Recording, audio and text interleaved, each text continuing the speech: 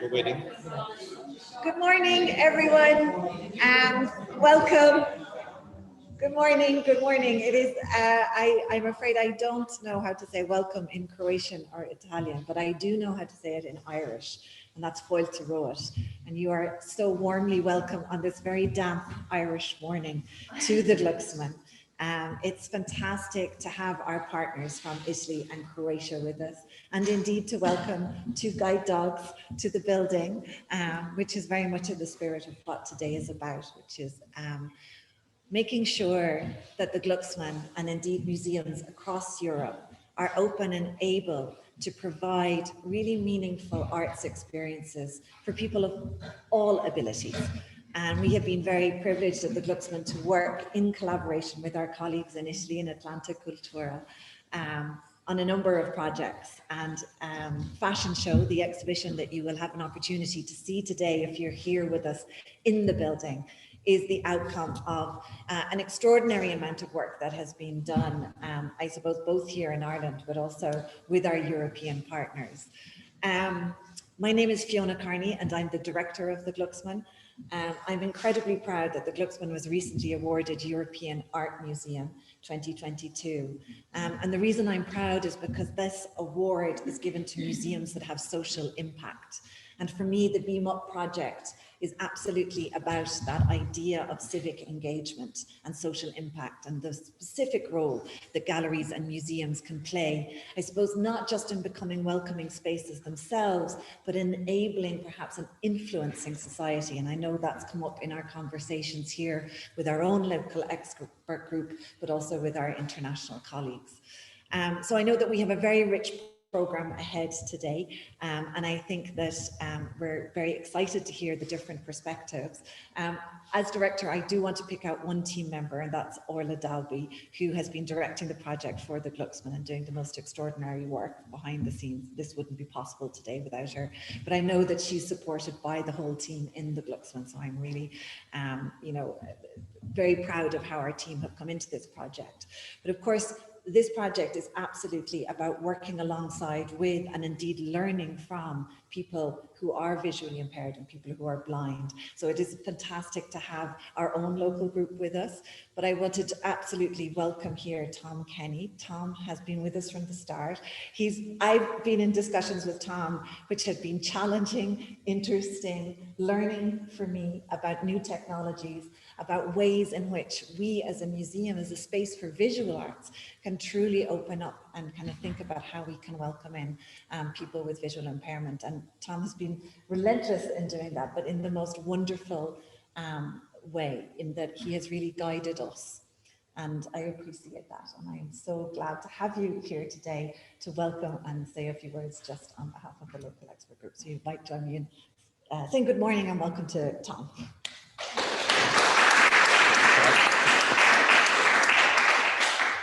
Yeah, so thank you, Fiona. So my name is Tom Kenny. I work for the Disability Support Department here in UCC. So so that's supposed to be on mute. Sorry, but so my role here was to kind of come in and look and assess any kind of technologies that might help with people with visual impairments. It's only getting louder, and I'll turn it up. Sorry.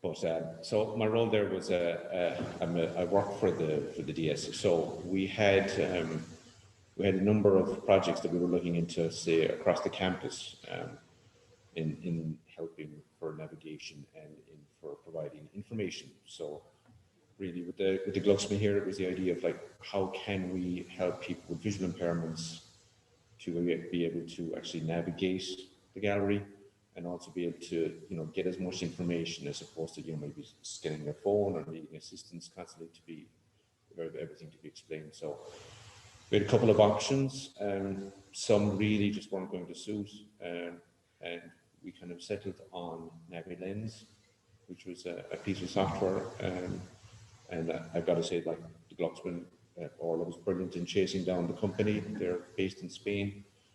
They did a great job, and it was really a learning process, and with a very short period of time to kind of get that all developed and ready. It was just absolutely brilliant. We're kind of well used to things moving slowly, you know, there always being a kind of a struggle trying to push things forward. And that's kind of what I was expecting, you know, things are complicated like that, but that was not the case here. Everything moved 3 times as fast as I would have expected it. Everyone was really, really eager to get the software, and just testing, and everything was rolled out so quickly. I was absolutely amazed.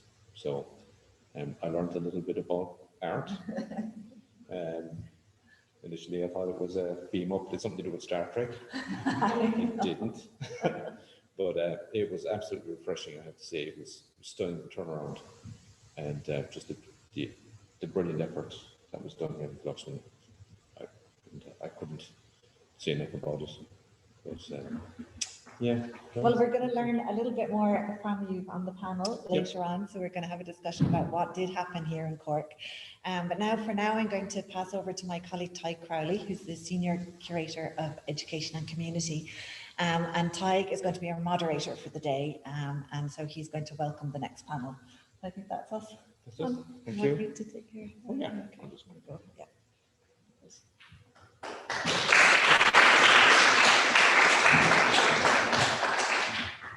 Thank you, Fiona, and thank you, Tom. We'll hear more from Tom a little later in the after coffee break as part of the Irish presentation. So, a very warm welcome. As Fiona said, my name is Tig Crowley, Senior Curator for Education and Community here at Glucksman. And I will be trying to keep everyone in check, make sure we're on time and you get to have your coffees and lunch when you need it most. Last thing we want you to do is to turn into an angry mob. So there's probably a few things I just want to explain before I welcome our first panel. One of which is you will hear a number of acronyms during the day, Beamup being one of them, but also LEG and TAG. So if you're not part of one of our delegations, you may not understand them. So I think it's just important to say that Beamup is blind engagement in accessible museum program, and LEG is local expert group, and TAG is transnational expert groups. You might hear those. If there are others, we'll explain them as we go. The format for today is we will have a presentation, a short presentation from each of our countries. We'll be traveling across Europe, starting in Italy and heading to Ireland and then Croatia. And each of those presentations will be about 15 minutes. I'll be very strict and keep you to the 15 minutes. And then we will welcome the wider LEG group, the local expert group, to share more on that project. Now, to say, I suppose, at the beginning, the way this Beamup Creative Europe project was designed was that each of the partner organizations in each country brought together a group of people that would influence the design and mediation of exhibitions that were specific to the different spaces they were being created. And the expert groups are made up of curators, museum workers, artists, and individuals with visual impairment. And it was about bringing a diverse set of voices to the table to ensure a successful rollout of accessible exhibitions. So you'll hear more from each of the groups as we go through. There's probably a few housekeeping things that I should mention. Okay, Mark, our general manager, you would kill me if I don't.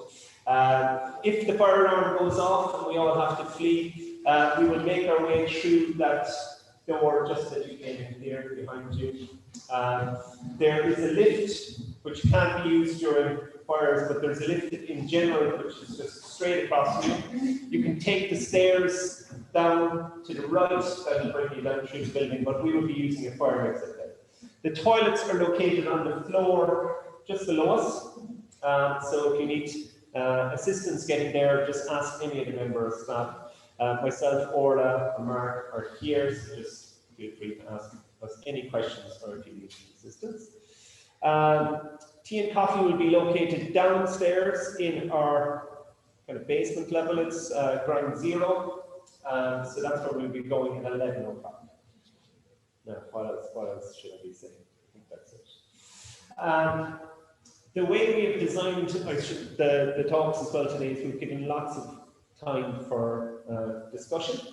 So hopefully you as an audience will have plenty of opportunity to engage and ask questions of the different projects. We would really encourage that. It's a great opportunity. There is a lot of expertise within this room, and it would be brilliant to use this opportunity to really share and to learn from each other.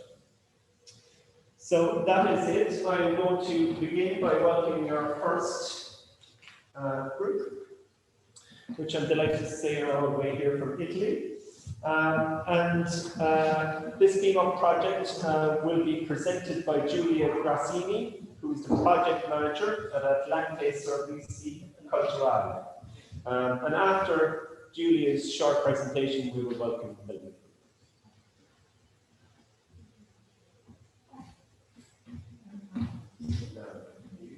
You can sit here, or for a clicker. Would that be okay? Or would you prefer to do this?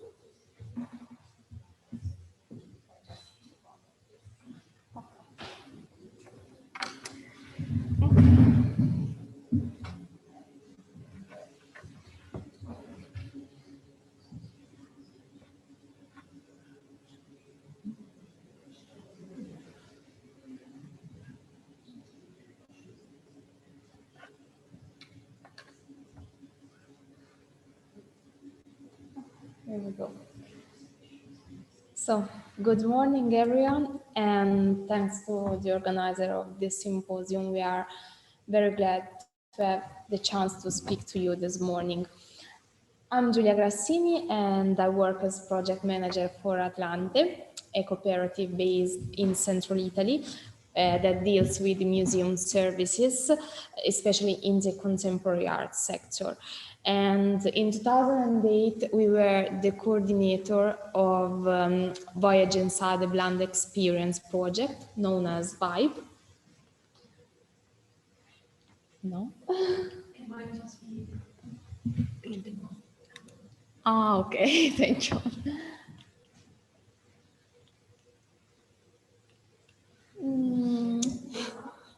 On. Ah, okay.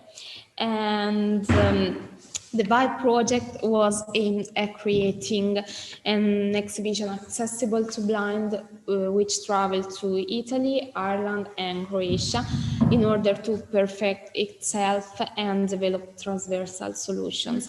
The project was innovative and experimental because the accessible interventions are usually referred to permanent collections and figurative art. So much of contemporary art is usually excluded, and consequently the blind public is excluded from its enjoyability or even only from its knowledge. And for this reason, VIBE was co-funded by the Creative Europe program. And on display, there is a picture about some visitors of the exhibition in Siena, in Tuscany. The artworks were accompanied by tactile reproduction that allowed blind people, but also other visitors with other kind of limits. For instance, there's a guy in a wheelchair to interact with the art of Joseph and Danny Albers. After this experience, we proposed to our partners to continue working together with a further upgrade, that is to work for the blind with the blind. Thus was born the ongoing Beamup project, also selected and co-funded by the Creative Europe program. It is based on the use of participatory practice within the production of accessible exhibition. So as it has already been said, but the same work scheme is tested in 3 different countries, so 3 different museums, 3 different territorial contests, and it allows an international comparison, useful also for future replication of this method, both inside and outside our partnership. And in our particular case, we are not owners or direct managers of a space of a museum. So for every project, Atlante has to find a place to host the activities. And in this case, the proposal was accepted by the Buri Foundation, which is a foundation based in Citta di Castello in central Italy that owns two museums. In the pictures, there are both external and internal views of the museums. The first one is Palazzo Albizzini Renaissance Palace, which hosts the anthological collection, and the second one is the former tobacco dryer factory, which hosts the large painting cycle, the print collection, a multimedia section, and the space for temporary exhibition. So our experience, our Italian experience, is based at the Buri Foundation. We worked for about a year to prepare the exhibition. In this picture, there is one of our usual meetings, so with many people sitting around the same table, discussing the choices to be taken. In this particular case, it was the approval of the tactile reproductions that are laying on the table. And every step was built starting from listening to the needs of the blind people participating, the advice of the visually impaired expert, and the curatorial and conservative prerogatives of the Buri Foundation. So the result was never taken for granted from the beginning, but it was built step by step by listening, making sure the respect of these three different point of views. And let's start with the presence of the target representatives. Nadia and Deborah, who are here today, after they will join me for the panel.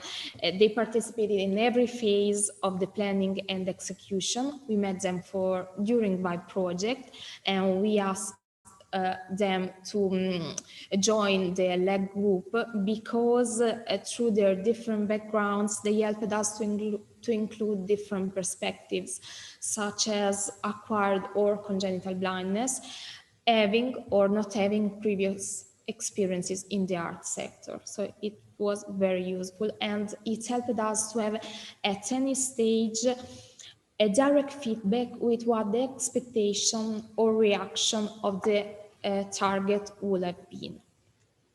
As regards the reference bodies for visual disabilities, in addition to the Institute of the Blind of Milan, who is here, and Elisabetta who will talk later, we also met and asked for the collaboration of other bodies in Italy, such as the Blind Institute of Bologna, who gave scientific consulting to the exhibition, and the Omero Tactile Museum in Ancona, that organized a public training course for educators during the exhibition. This gave a very solid support to the choices taken. And again, the choices could not be taken in advance, but only on the basis of the elements that were added from time to time, such as the selection of the works proposed by the curator, and then the selection of the other artists on display, and then the bibliography, and so on. In general, after a preliminary training about Alberto Burri, so the artist the foundation is dedicated to, his art, and this time is one of the most important painters in Italy and Europe of the second half of the 20th century. And so after a training about him and his work, all the phases of the construction of the exhibition were discussed, studied, and tested by the mixed working group. And when something did not pass the test, and it happened, improved changes were introduced. In this sense, we would like to underline the inclusive value of this project. It is clear that it makes no sense to build a separate path for visitors who have a problem, but it does make sense to build from the beginning an exhibition that follows the design for all principles. So an exhibition thought to be accessible by as many people as possible. And this meant in our case that the multisensory was simultaneously the key access for blind people to interact with the contemporary art on display, but also an unprecedented, exciting and effective way for the people who can see to have a different experience of the museum. However, we would like to add to this the experiential value of the inclusion on a personal level, because both backstage and during the exhibition, opportunities for meeting between blind people and sighted were created, and they reached the life of both. So the museum has really become a place where people can exchange life experiences beyond the heritage exhibited. And this has made the way people work or visit the museum even more authentic and valuable. And before going on and talk about the outcomes, I would like to emphasize also the training of the museum staff. Elisabetta from the Institute joined us for the discussion later. We'll talk about it, and she led a part of the process, and the training was fundamental, crucial. It has been carried out in a transversal way to involve all the organization and with different level of deepening, in order to assure that everyone in the museum was aware of the need and approach toward the blind public. The outcome, the result of this work is the exhibition La Luce del Nero, The Light of the Black, curated by Bruno Corà, who is the president of the Burri Foundation. It's open in April and will end on the 13th of November. And it is housed in the former tobacco dryer factory. It includes 34 works by Burri, plus 1 or 2 works by other 16 contemporary artists, such as Yannis Kounellis, Robert Morris, Lucio Fontana, Luis Nevelson, and Anthony Tapies. Currently, it has been visited by around 13,000 people, and this is the poster.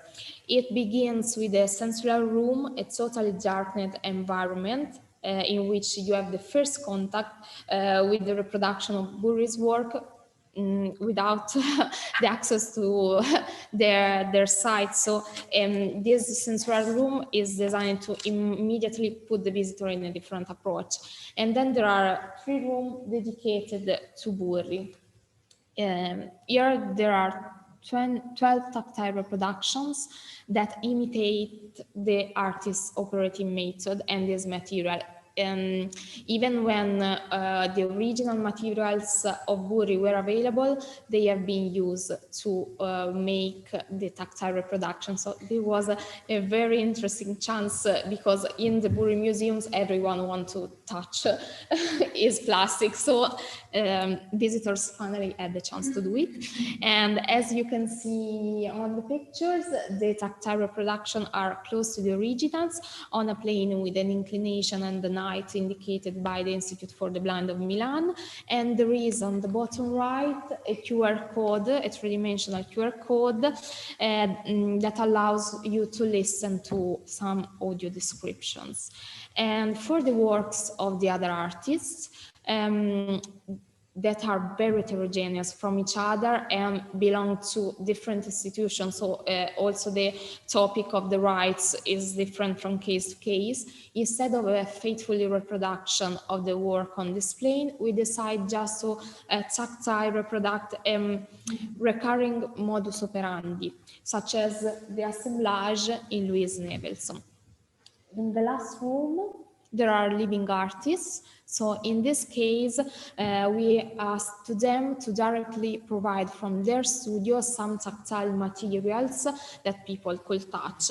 In the picture, there is a monumental work by Bijan Bassiri, and the artist provided a piece of papier-mâché that is the material he uses for his installations.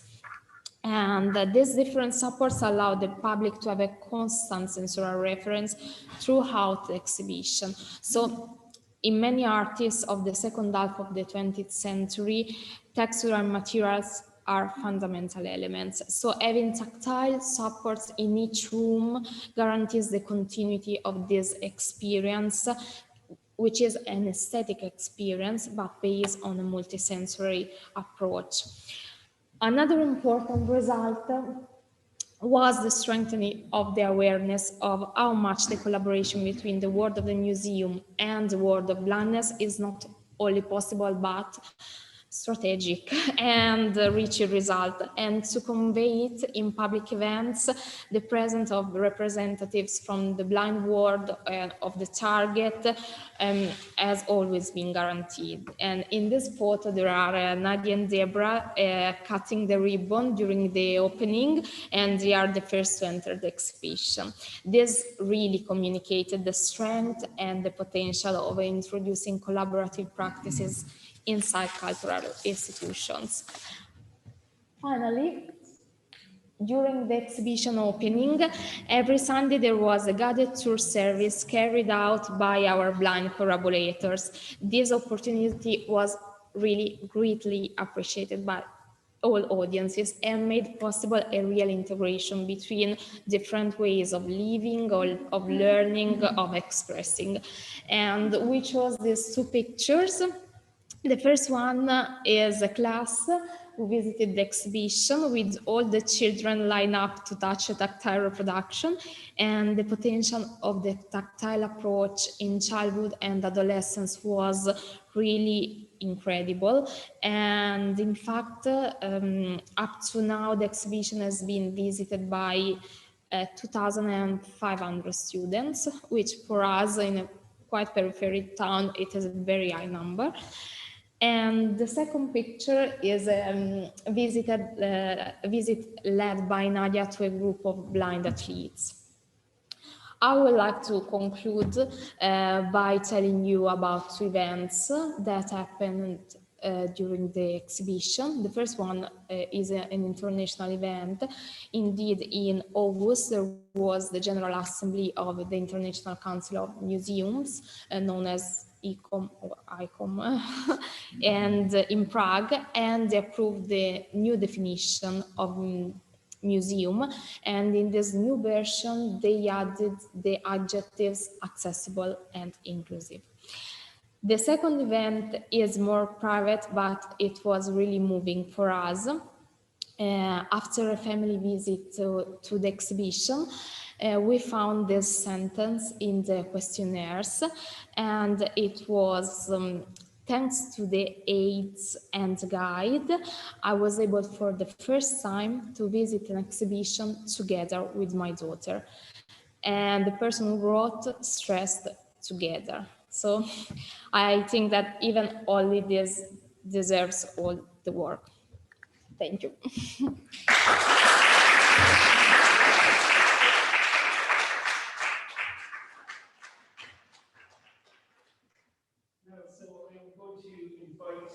Members of the local expert group to join Julia. Firstly, Elisabetta Corrigan, who we were very lucky yesterday, the staff of Glucksman had the opportunity to learn from Elisabetta. We had some training, specialized training yesterday afternoon, which was absolutely incredible. So Elisabetta will be joining Julia, as will Deborah Tramantosi.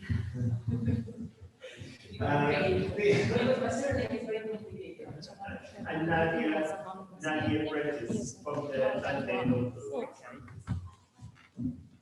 Now, I should have said at the beginning as well that our main symposium is being live streamed.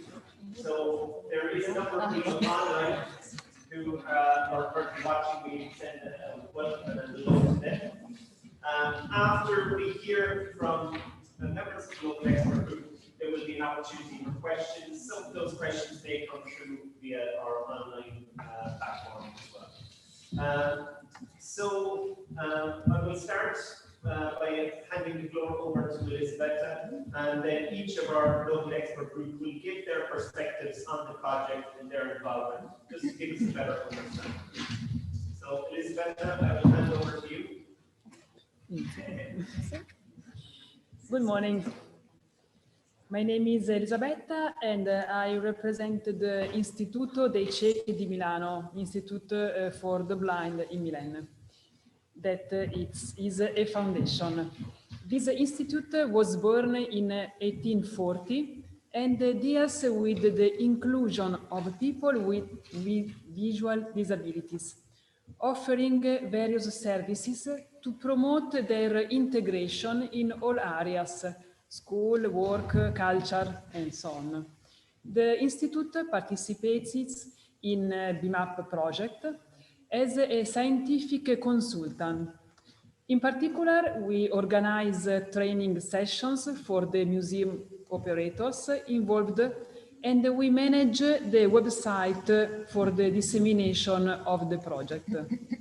For the Burri Foundation, the Italian partner of the project, we have also created the catalogs of the exhibition in an accessible format.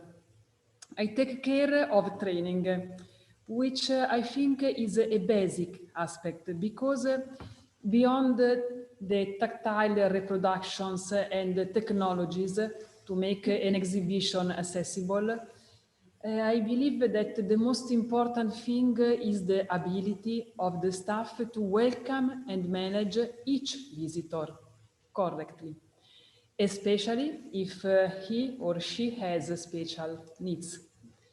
In Citta di Castello, I held a day of theoretical and practical training on 13 April, while yesterday I met the Cork elite representation of Cork staff for a moment of exchange. I will go to Zagreb at the end of November for 2 days of training. I have been blind since birth. I graduated in educational sciences in 2001, and since 2005, I have been working at the Instituto for the Blind. In particular, I am the coordinator of the blind guides of the Dialogue in the Dark exhibition, a path completely devoid of light in which sighted people are led by blind and visually impaired guides. Various environments of daily life are explored using the other senses, and thanks to the dialogue with the guides, barriers and prejudices are overcome. This experience teaches me every day that everyone, before being blind or sighted, with or without disabilities, is an unique and unrepeatable person. What makes the difference is the context in which we find ourselves. In fact, in the dark, the sighted person is not autonomous and needs to be helped by a blind guide to orient himself. Based on this principle, if you want to create an accessible exhibition, you must consider everyone's needs from the beginning.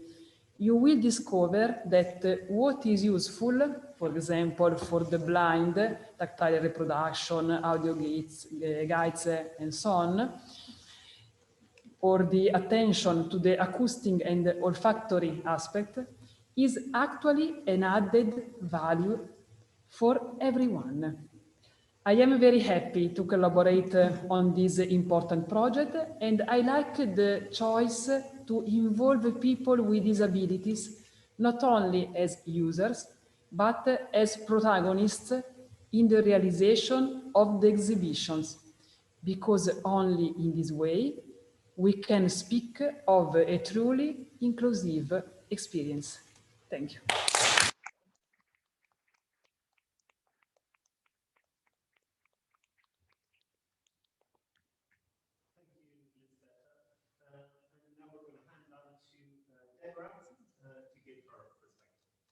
I think that Giulia and Elisabetta told us all possible words to explain our perspective, especially Elisabetta's word.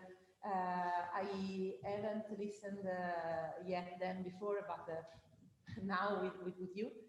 They are so emotional words, so thank you, Elisabetta. Thank you. Because you, I think that you explained our perspective as visual impaired people. And so I try to continue our speech,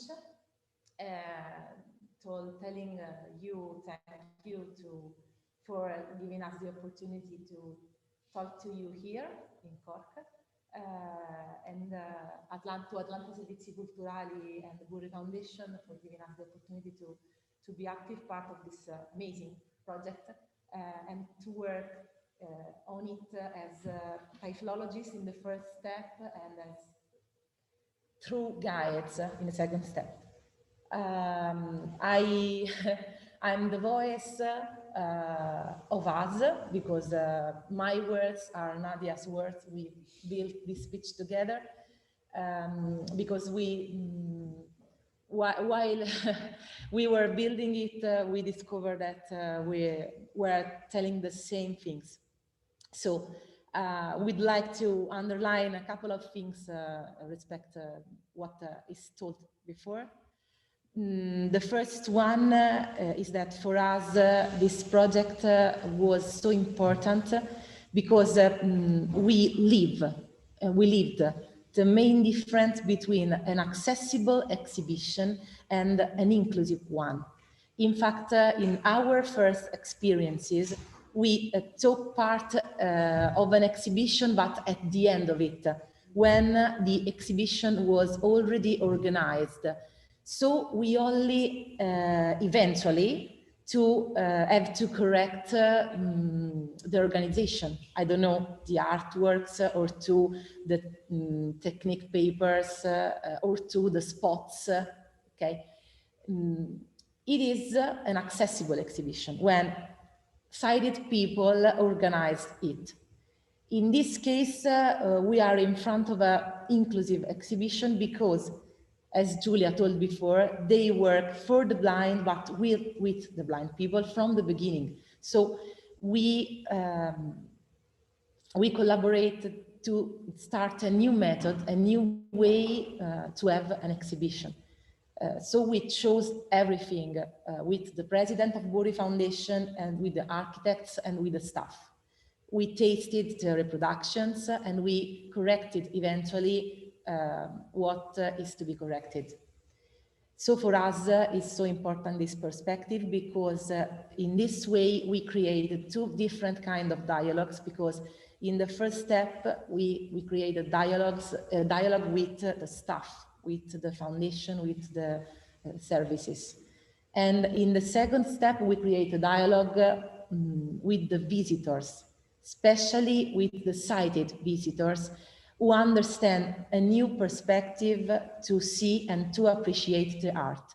So the second thing we'd like to underline is that the direction of the appreciating of the tourism is changing, because when sighted people visited the exhibition, they wanted to make our art accessible, art's knowledge deeper, and so they wanted to go in other museums, accessible museums all over Italy, but all over the world, to know how they work on accessible art. For me, so it's very, very important.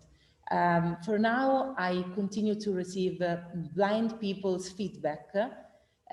Would like that this exhibition became permanent, but that the reproductions could be shown on and on, because they told me that this work is the first work in the world when you make the contemporary abstract art accessible. So, for example, as Nadia told me, when the children visited the exhibition, they close their eyes, and they let her to explain how this art is beautiful for us. So I think, and we hope, that many projects could be shared with us and with all blind people and all the sighted people to make a new perspective and a new universal language to understand and to appreciate the art. Thank you so much.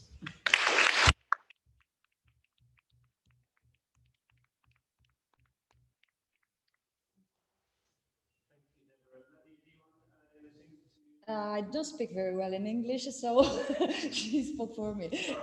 Perfect for me. So we have plenty of time for some questions. So does anyone have questions for our panel? Yes.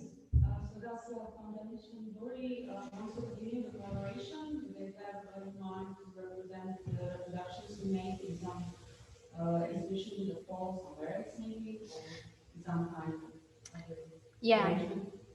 Yeah, the project considered this activity as an activity related, as we know, to the temporary exhibitions field, but now they are trying to understand if there are any other exhibition halls where they can land the exhibition to give more chances to the exhibition to be visited by other people. So they are considering to move it to maybe another city and to exploit the work that has already been done. So maintaining the format of the temporary exhibition, which is one of the base of our project, because as Nadia and Deborah many times say to us, if art belongs to everyone, the art exhibited in temporary exhibitions is something we can enjoy. So this kind of art doesn't belong to us, is not approachable by us. So maintaining the format of the temporary exhibition, the Buri Foundation is trying to understand if there are other museums or cultural institutions interested in hosting it for other months, as everything is already done, so why not? We will see. We hope. Yes. Hi, I'm just curious if I understood correctly, the Buri Foundation has different exhibitions. Yeah. All the time. So do they intend to make their future exhibitions also accessible in some way like this? I understand that the reproductions can be expensive, tactile reproductions, but I'm curious to know what the plans are for the future. Okay, this is a question for them, but no, thank you for the question. And okay, the Buri Foundation was established by Buri himself. So before dying, he dealt with 2 permanent collections. All in the last years, the foundation has found new places at the second venue, the former tobacco drying services, for hosting the print collection, the multimedia section, and also for hosting temporary exhibitions. So this is a very new section of their work, and they just had another one exhibition in that place in 2008, and it was a photographic exhibition about Buri. This is the second temporary exhibition they host. So now we will have to see about their current programs, and of course now all the staff both by Buri Foundation and Atlante, I forgot to tell you, but we work daily in the Buri Foundation public services as ticket office, bookshops, education and mediation activities. So we are already trained and you already have experience. So if in the future exhibition they will like to have also accessible integration, we are ready to do it. And this is one of the richness we gain with this project. Now we are ready to apply the same method for future projects. So in this case, yes, we will need less time and less training to apply a method who has already been tested. I think that's a big consideration for all of the projects, so that what we were implementing now would be carried forward. Can I ask you, Julia, we and just bring another acronym into it, VOID project was a collaboration that we were involved in back in 2018, VOID inside the blind experience. But this model with Beamup is slightly different in bringing in the local experts like Nadia and Deborah here. How did you feel that shaped the project differently in terms of outcomes, or what was the experience like for you? Great question.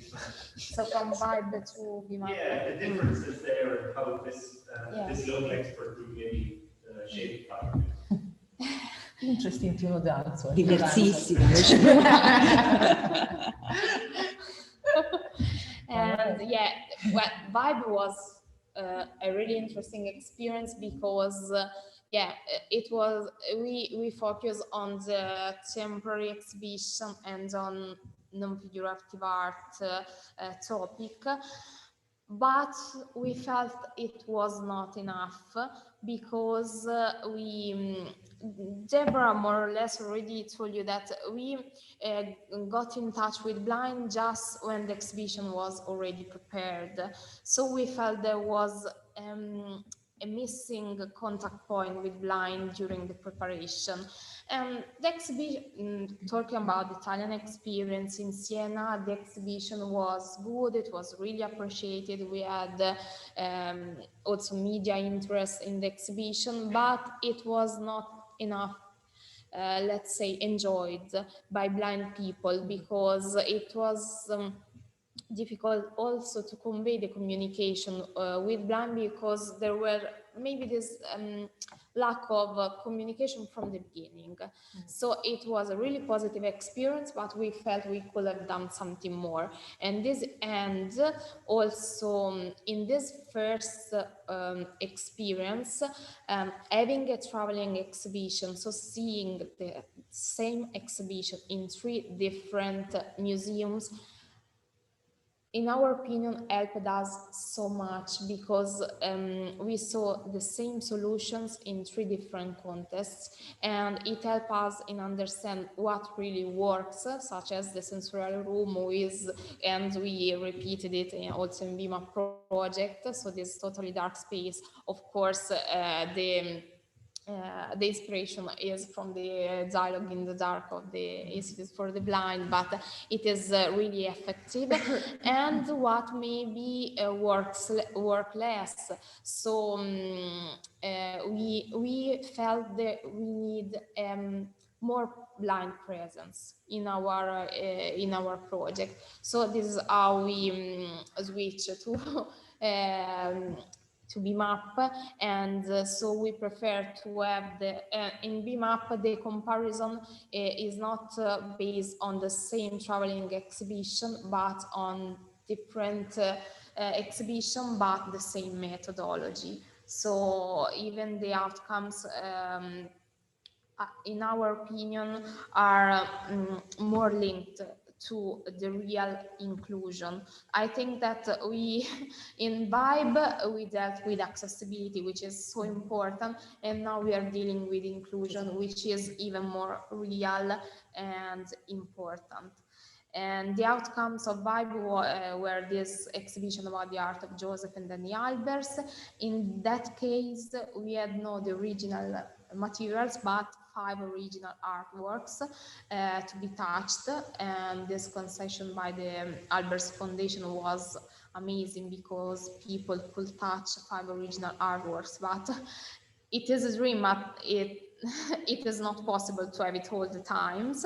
So in Beamup case and in the Italian case, Burri original artworks were not touchable, but we asked for the permission to use when they were available the original tactile materials, and that was good as well, because as Blind always repeat to us, for instance, it is one of the first things that the president of the Omero Tactile Museum in Ancona said to us is, it is not true that art cannot be touched. You have to validate from time to time if you can touch it. So in Vibe experience, some artworks could could be touchable. In Beamup experience, no, but the original materials are touchable, and this is very important to evaluate from time to time what is directly approachable and what is not. So every museum should do this consideration in order to be accessible. And this is another example of how things change from one project to another, but always toward a growth of the inclusion, of the value of the inclusion. Don't know if you want to add. You told. Cioè comunque, nel senso comunque sia io che lei abbiamo differenti sensibilità, ma comunque abbiamo usato un metodo, che questa è anche una cosa importante, che può essere anche piano piano magari ampliato e trasformato verso anche tutti gli altri, così possiamo fare una cosa più o meno standardizzata indipendentemente dalle sensibilità di ognuno. In fact, as Nadia told, we are working for creating a universal language, a universal method to make the art accessible all over the world, I think, because you could have different exhibitions, different artists, but a unique method for blind people and sighted people, because I'll try to explain to you which is the exhibition, I don't know who is the artist, and you could understand me even though I can't see anything. So it's important, but it's important because I'm a typhologist, she's a typhologist, but we are two different people with different characters, with different perspectives, but when we work as one. Yes. Volevi dire sì, Okay. sì, più o meno sì. Very good, thank you. Does anyone else got any questions for our Italian lady?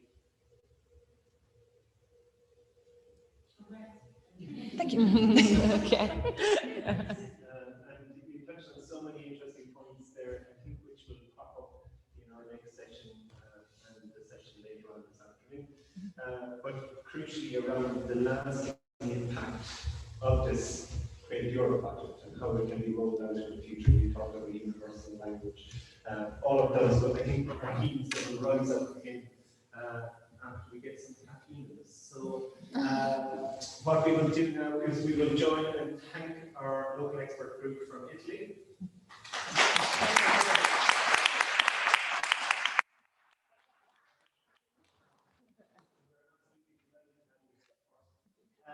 We are going to make our way downstairs to level 0 for some coffee and tea, and we will be back here at 11:30.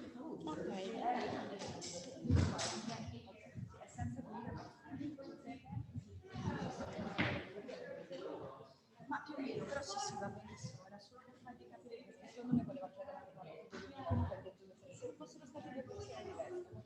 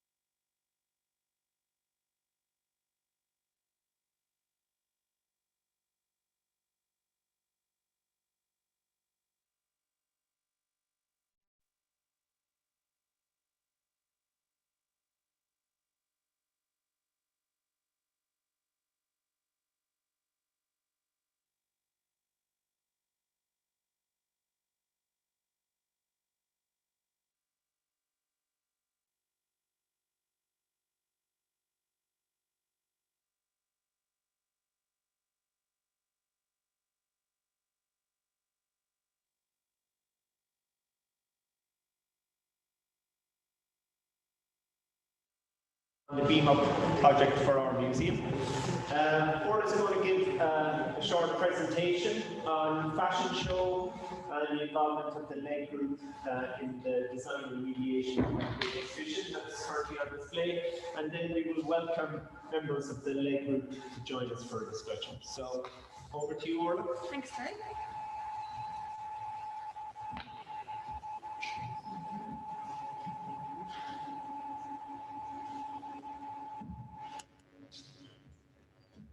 So, hello everyone. It's nice to see you all here, and thank you so much for coming today. I'm so delighted to be able to help organize this event today.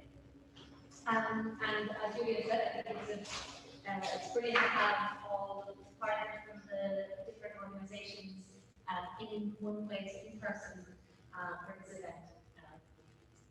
So thank you so much for making that happen. So I'm just going to be talking about the Beamup and Glucksman and the particular report of how we have been looking at this great project.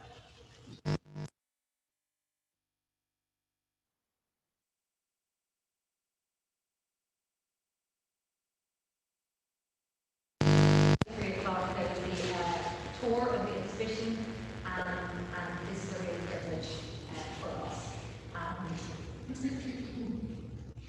You can also, as well, if you can't stay, if you're busy afterwards, feel free to go around at lunch break and check out all of this we're going to talk about. After I finish my presentation, we'll be joined by three very important people in this project, which is our little expert group, which is Claire, Tom, and Owen, and then we'll have a follow-up discussion on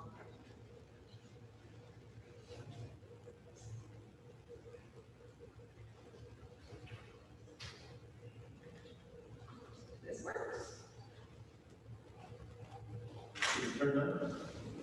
It is.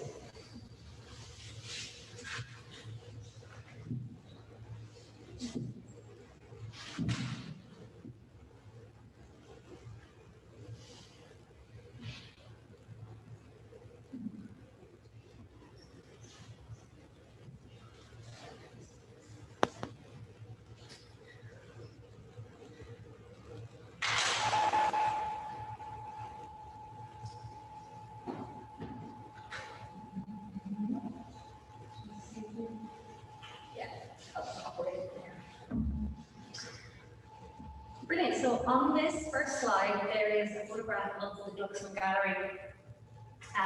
This is a contemporary art museum that was located on the lower grounds of the University College Cork campus.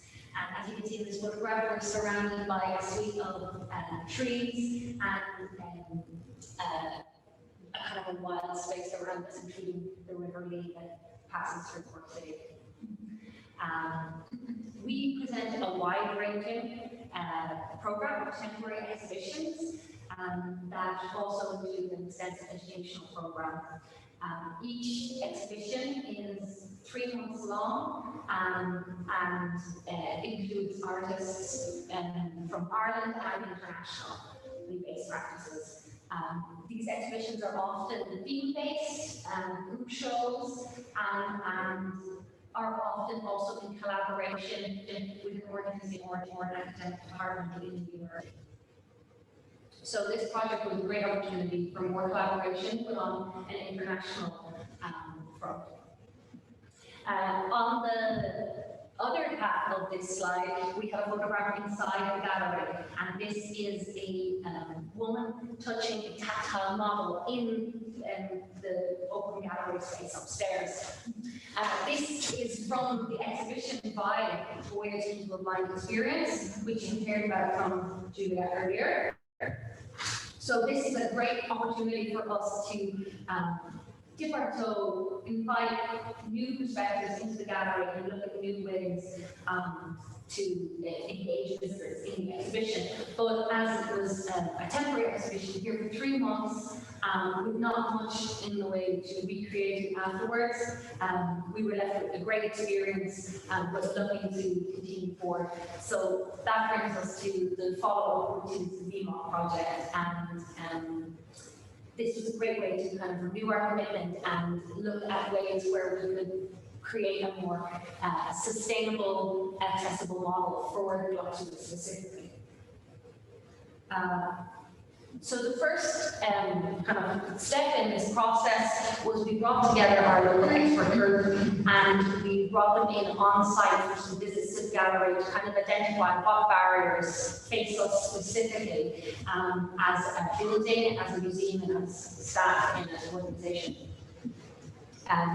So just like a few things just to flag them as, again, which some of the things that came up in these initial site visits. We have 2 site visits, images of 2 site visits above us. One is to our exhibition Home, Being Belonging in Contemporary Art in Ireland, and the other is to our exhibition Park Life, Biodiversity in Contemporary Irish Art. So both very different exhibitions, but both have these kind of thematic group show approaches where we bring artists from all around different practices, different mediums together for a show that kind of can engage our visitors and maybe teach them something that they didn't know about the subject. And have a wonderful experience using and enjoying contemporary visual art.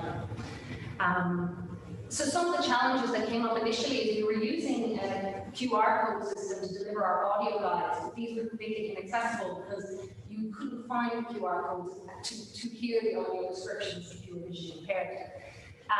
There was nobody to greet the visitor on their entrance to the gallery, and this is, as you see in here today, the design of the Glucksman is that you come in the front entrance, you have to go up the stairs, you reach the gallery space, but the information desk is actually behind this in the design. So although there is always staff here and there's always somebody that is eager and happy to greet any person who comes and help them with their needs, they're just not always there to spot them in time, and you lose visitors or make visitors feel uncomfortable maybe in this way. Also, the open style of the architecture again might make it difficult to navigate the space because all of our exhibitions, because we deal with a very wide open space, the exhibitions often include a temporary wall, a sculptural piece that's built, so that this constant changing of the built environment in the gallery, which we found that this lack of consistency was an issue for people coming into the gallery who might like to know what they're going to see or know a route that they're going to take. And this is kind of removed. This is great in one way because it does allow a new engagement with the building, with the exhibition, and with the artwork every time people visit the gallery. But this was something that was flagged as a challenge to address. In line with this as well, we have artworks, especially you can see in the image of Home, there's a sculptural artworks that are placed on trestle tables, and these are very easy to knock into in the space. And there's no indication on the floor, if you were using the white cane or approaching the artwork, that there is going to be an artwork in front of you. From this initial evaluation, we decided we had a lot of work to do and we needed to bring in some expert speakers and some people from abroad to kind of share their expertise with us. So for this portion, we moved online so that we could kind of gather from, because Ireland is quite small and we have great experts in Ireland, which we did include in the project later. We wanted to look abroad and kind of bring in some other voices from international practices. So we had a number of different presentations, both from international practices and from people here in Ireland. We talked to Maria Vlaciu from the Citta di Castello in Portugal. And I won't say that much about each of these presentations here because each of them were an hour long. They gave us so much to think about. But just to mention their names and say these discussions were really how we began to approach this idea of the research and the design of our exhibition experience. We had, along with Maria Vlaciu, we had a presentation from Caitlin Kelly, a PhD student who's working in accessible culture here in Cork. And we met with John Moore from Art Reach Philadelphia, who had a million brilliant ideas for how he has used different techniques to include the community in feedback, but also in cost-efficient ways. Here on the slide, you can see something he talked about in detail, which is it's an image of a Zoom screen with John is sharing a picture of a hand, which is touching, and this is actually a map, and this map is actually made out of hot glue. So they just use a very simple, efficient ways to communicate the kind of design, this architectural building that they were giving a tour of.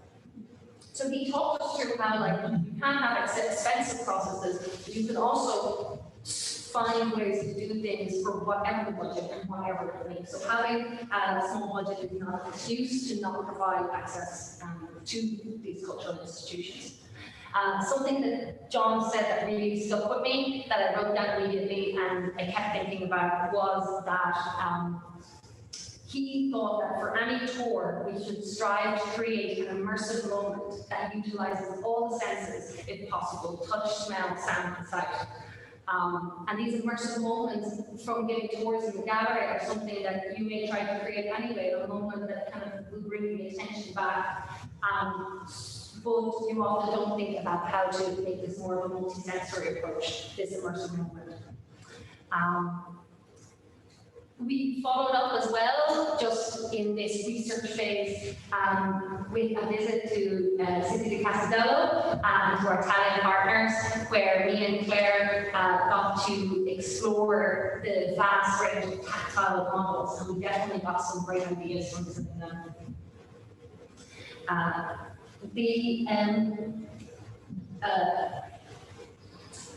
The exhibition, we're here at last, the exhibition that's on in the gallery at the moment, that I hope you will visit later. Fashion show, clothing, art and activism. This exhibition presents works by Irish and international artists that look at clothing as a subject matter and as a form of advocacy.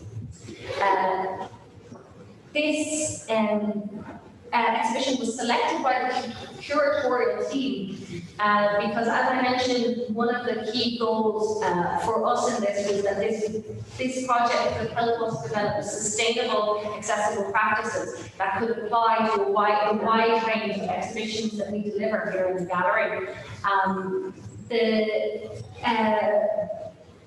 This exhibition was selected for this reason because it fits a lot of the kind of style of local shows that we have here, but also it has this, through its exploration of media in visual art, it has this lovely materiality that we thought would be really fun to explore as an accessible exhibition to go further with it. This is from dealing with this specific exhibition and looking at this specific exhibition, we began to think from all the things we had seen, what would be the suite of all needs, if you said. We wanted to create this interlocking approach that contained different elements that people could either choose to engage with all of them or one of them, but that there would be something that could make the gallery more accessible to each visitor that came. So some of the main elements that we decided on in this are the tactile displays, which we tried various creative approaches to develop with the leg. And we decided that we needed some sort of assistive technology that would be able to help our visitors access the audio guides and the audio description that we were keen to continue on in the gallery.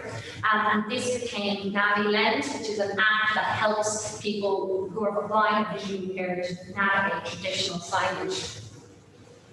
And lastly, we decided that the human touch was so important that we needed the support staff. We needed to have a person who could be there to greet the people, that could be flexible, that could lead someone through the gallery and provide inclusive workshops, inclusive tours, but also that could communicate to our regular visitors why we are doing things differently and why this is important and accessible museums.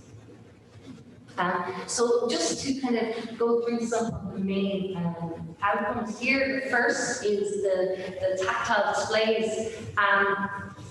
This, as I said, it was very much the process of experimenting with creative approaches. Because here we are dealing with a group show of artists. We don't own any of the artists in the show, or artworks in the show. We're not collecting them after this. We are bringing them in for a temporary exhibition. So unlike with the Bury Foundation, where you're continuously working with one organization who has kind of a copyright control over their imagery, the artworks and the original materials, we were working to try to find creative approaches where we could have accompanying devices that would not overstep the mark, but would provide a really satisfying and multisensory experience in the museum. So on the slide, you can see one of the kind of approaches that we came to. So this kind of refer to it. So this is, we looked through each of the artists and dealt with the select artists that specifically have really key elements of materiality in this work, which was quite a few because of the theme of the exhibition.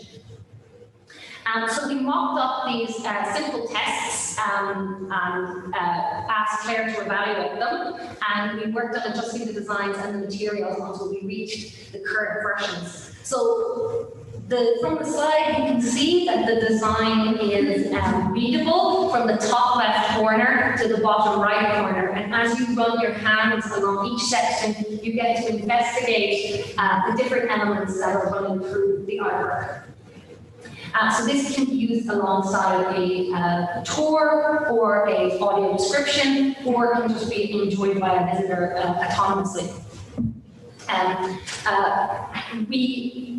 For example, you can see in here we have Lucy and Jorge Horta's Anticipation Accessory is the image on the left, and this is an artwork that consists of 4 hanging sculptures, which would call various items that could be used in an emergency situation. Each sculpture is made of a variety of straps and resembles maybe a harness or a climbing accessory, but from each sculpture hangs an assortment of accessories such as metal water flask, whistle, a fishing float, and even teddy bears, little toy teddy bears.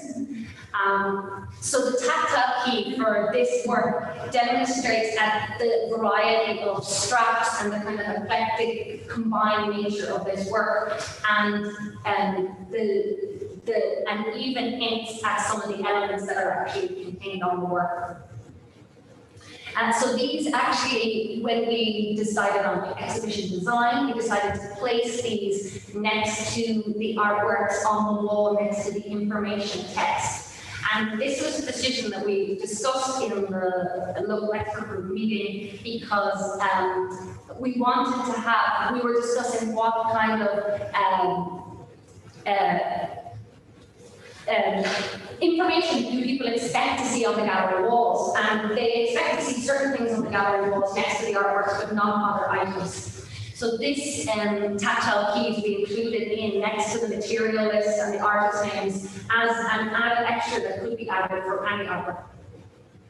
And we also, similar to the Italian project, decided to create larger tactile displays that would kind of more visually represent the artworks and have these.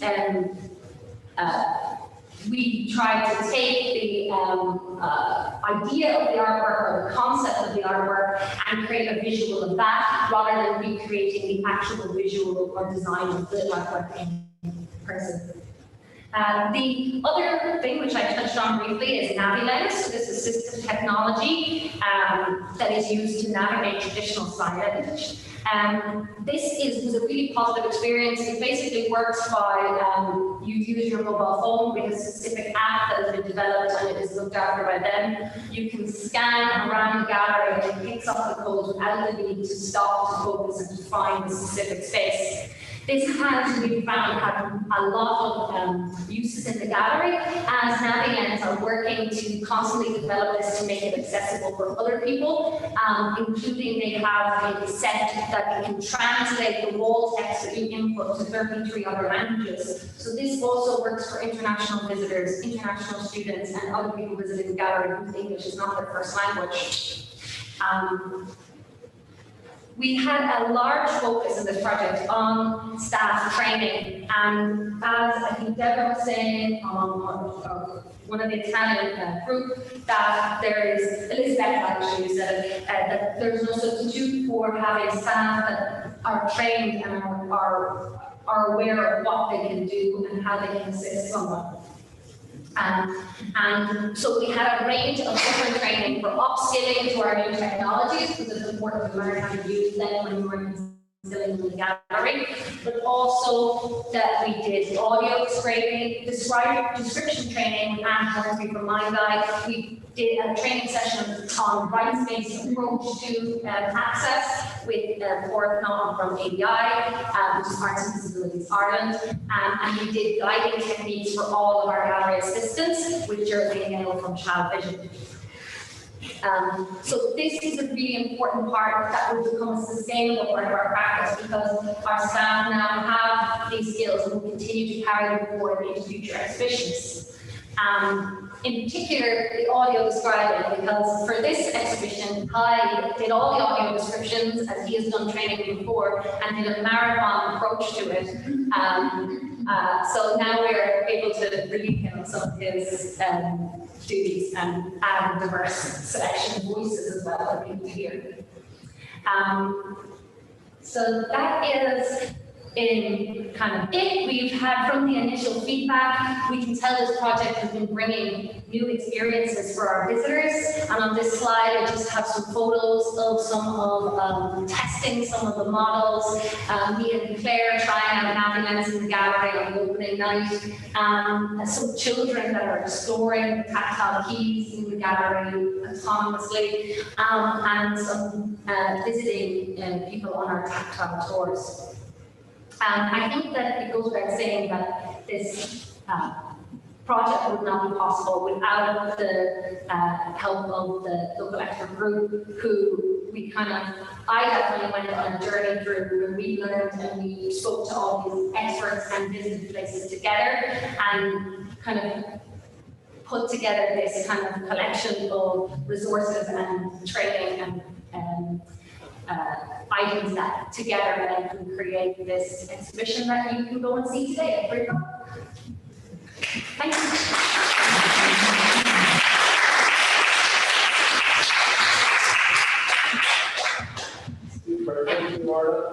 That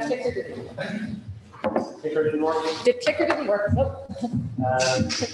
So I'm going to invite now our local expert group to join Orla, and that is Tom Kenny, who we've met already, from UCC Disability Support Services, Paul Nash, Hope Foundation, and Claire Butler, who is UCC PhD candidate. So.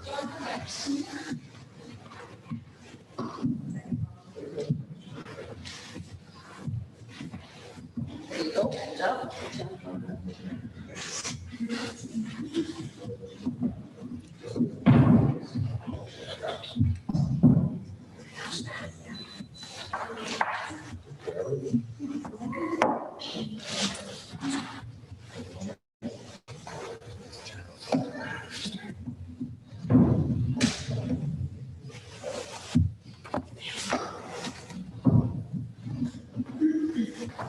So just similar to this morning's session, we're going to give an opportunity to our leg members to add to what Orla has presented, but to also give their own perspectives and their own experience with Beamup. And I'm going to start with Owen, if that's okay, Owen, and we'll take a few minutes each, and then we'll open back for questions. Okay, so thank you very much. My name is Owen Nash. The first thing is, I don't think I'm an expert at anything really. I kind of use a different word to describe myself, and is probably more of an explorer. And I'm really interested in the area of arts and disability. A bit about me: I'm a white male, about 5'8". Brown hair, even though I tell my children I have blonde hair, and I'm currently wearing a blue sports jacket and check shirt. Okay, I use he and his to describe myself. So, where am I? I work with an organisation called COPE Foundation, which is a service provider for people with intellectual disabilities and autism. And I've been a disability rights activist for about 20 years. I work at a local, national and international level, so local projects like this. I've done national festivals around disability, national festivals around visibility of disability work in terms of the arts. And I also am a board member, excuse me, a board member of the European Association of Service Providers for Persons with Disabilities, which is an umbrella organisation for about 20,000 disability organisations in Europe. I'll clear my throat, excuse me. So on that board, I hold a portfolio for specifically around arts and culture. The last thing I'll tell you about myself is I've just started an Irish Research Council funded PhD here at UCC, and I'm just embarking on a 4-year research project in terms of arts and disability.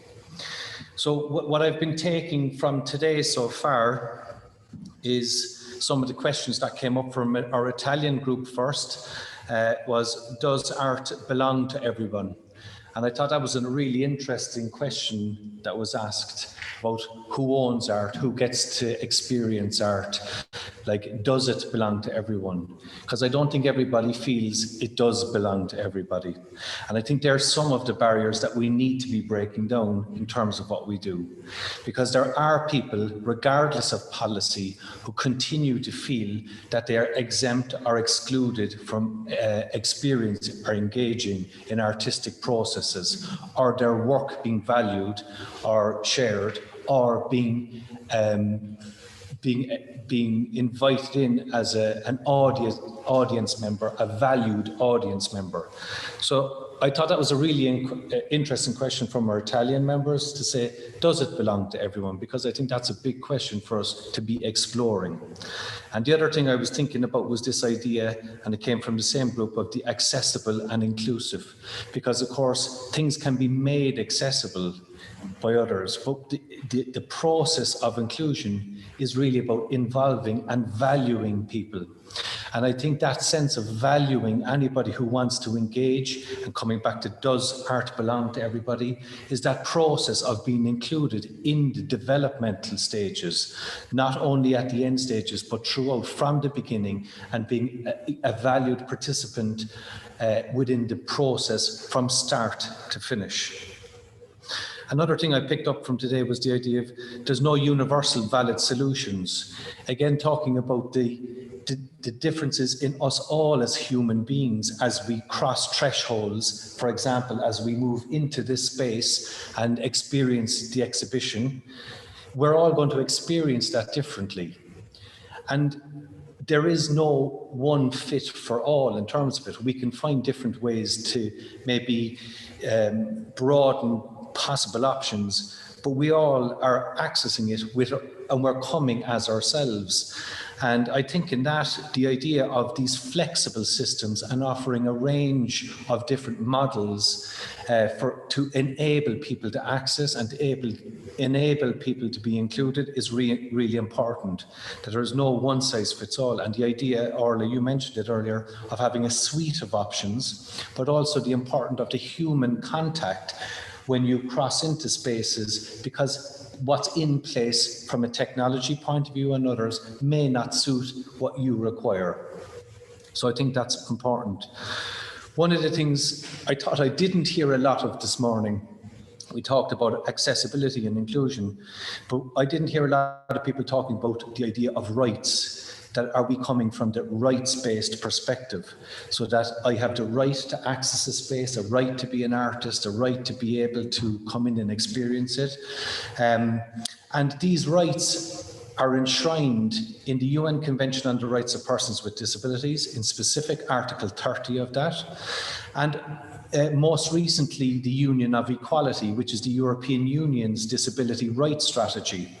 In the previous disability rights strategy, the word arts was not even mentioned. There was no mention of the word arts. Culture was mentioned, but the word arts or art was not specifically mentioned. I spent the last 5-6 years lobbying the European Commission to ensure that the word art and art is valued within policy, so those things can trickle down. The new Union of Equality strategy has been now published by the European Commission at the end of 2021, and Article 5.5 in that specifically talks about the right to access arts and culture, and the right for people with disabilities to be able to access that. And it's important that we all understand, whether we're an institution, an artist, a person with a disability, that where we're coming from is from within a rights-based framework. That it's not a nice thing to do, it's not what we should be doing this, it's a right to be able to access and to engage in this. And I think we need to embed that within our systems and believe it in ourselves. We talked about the referencing of institutions beyond ourselves. I think this is really interesting for me as well. So it would have been lovely to hear from the speakers to say, who are the institutions that you link with to bring in expertise? In our project, we linked with advocates, like different institutions, but I'm always interested in the bubbles that can be created within certain areas. So when we look at institutions, are we only going to other arts institutions to ask what they're doing? But there's loads of other people in the disability sector who maybe aren't expert in arts, but maybe experts in other areas. And we were discussing this at the break, that sometimes the art sector has its own bubble here, and they're working towards inclusive models of work, and the disability sector separately is working in a different space, trying to understand more about the arts. And then there's this little kind of grey area in the middle where people kind of drop in and out of with projects. Oh, we'll do a project in that, or we'll do a project in that, and this grey space that we're all in here today, exploring together, thinking about it, working about it, trying to find solutions through this project. And this is the area where that needs to be connected, because what happens when the project funding falls away, the grey areas become unoccupied again, and these spaces remain grey.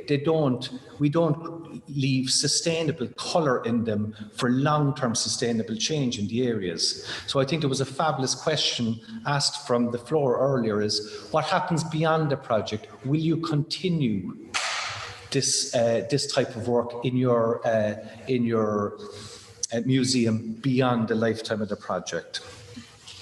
I'm coming to a close now. This is a long introduction. So I thought about, again, is where do we start and where do we stop? So this is, as we were having our meetings, these ideas of the start and the stop. So I think what we're being told and what we need to hear is that the start starts with people with disabilities being included in the process. It's not way down the line that we say, okay, let's bring people in. But it's from the start. So if anybody needs to ask themselves, where's the start? The start is the inclusive process of embedding people who actually have the lived experience in the process of developing the process. Don't develop it and find yourself coming back to it. So that is the start. That should be the first move. But it's interesting then, where do things stop? So some of the challenges we faced here in this project was, okay, the reality is there's only a certain amount of funding, there's only a certain amount of staff, there's the building, it might only allow a certain amount of practical physical changes to something. So peripheral things beyond the ambition of a project can put a stop to areas of a project. And that's the reality of working collaboratively. because we end up being, sometimes our ambition can't be realized because other things are in place to stop it. It could be building management, it could be finance, it could be a change of staff. There's lots of different factors. But I think what we need to embed in our processes is thinking always about sustainable models beyond any one thing or other. So how we can work through that and finding solutions. So these multi-factor approaches. And that brings me to my last point about the training, which was just talked about by Orla. So we see there's a significant need for training. This is so important.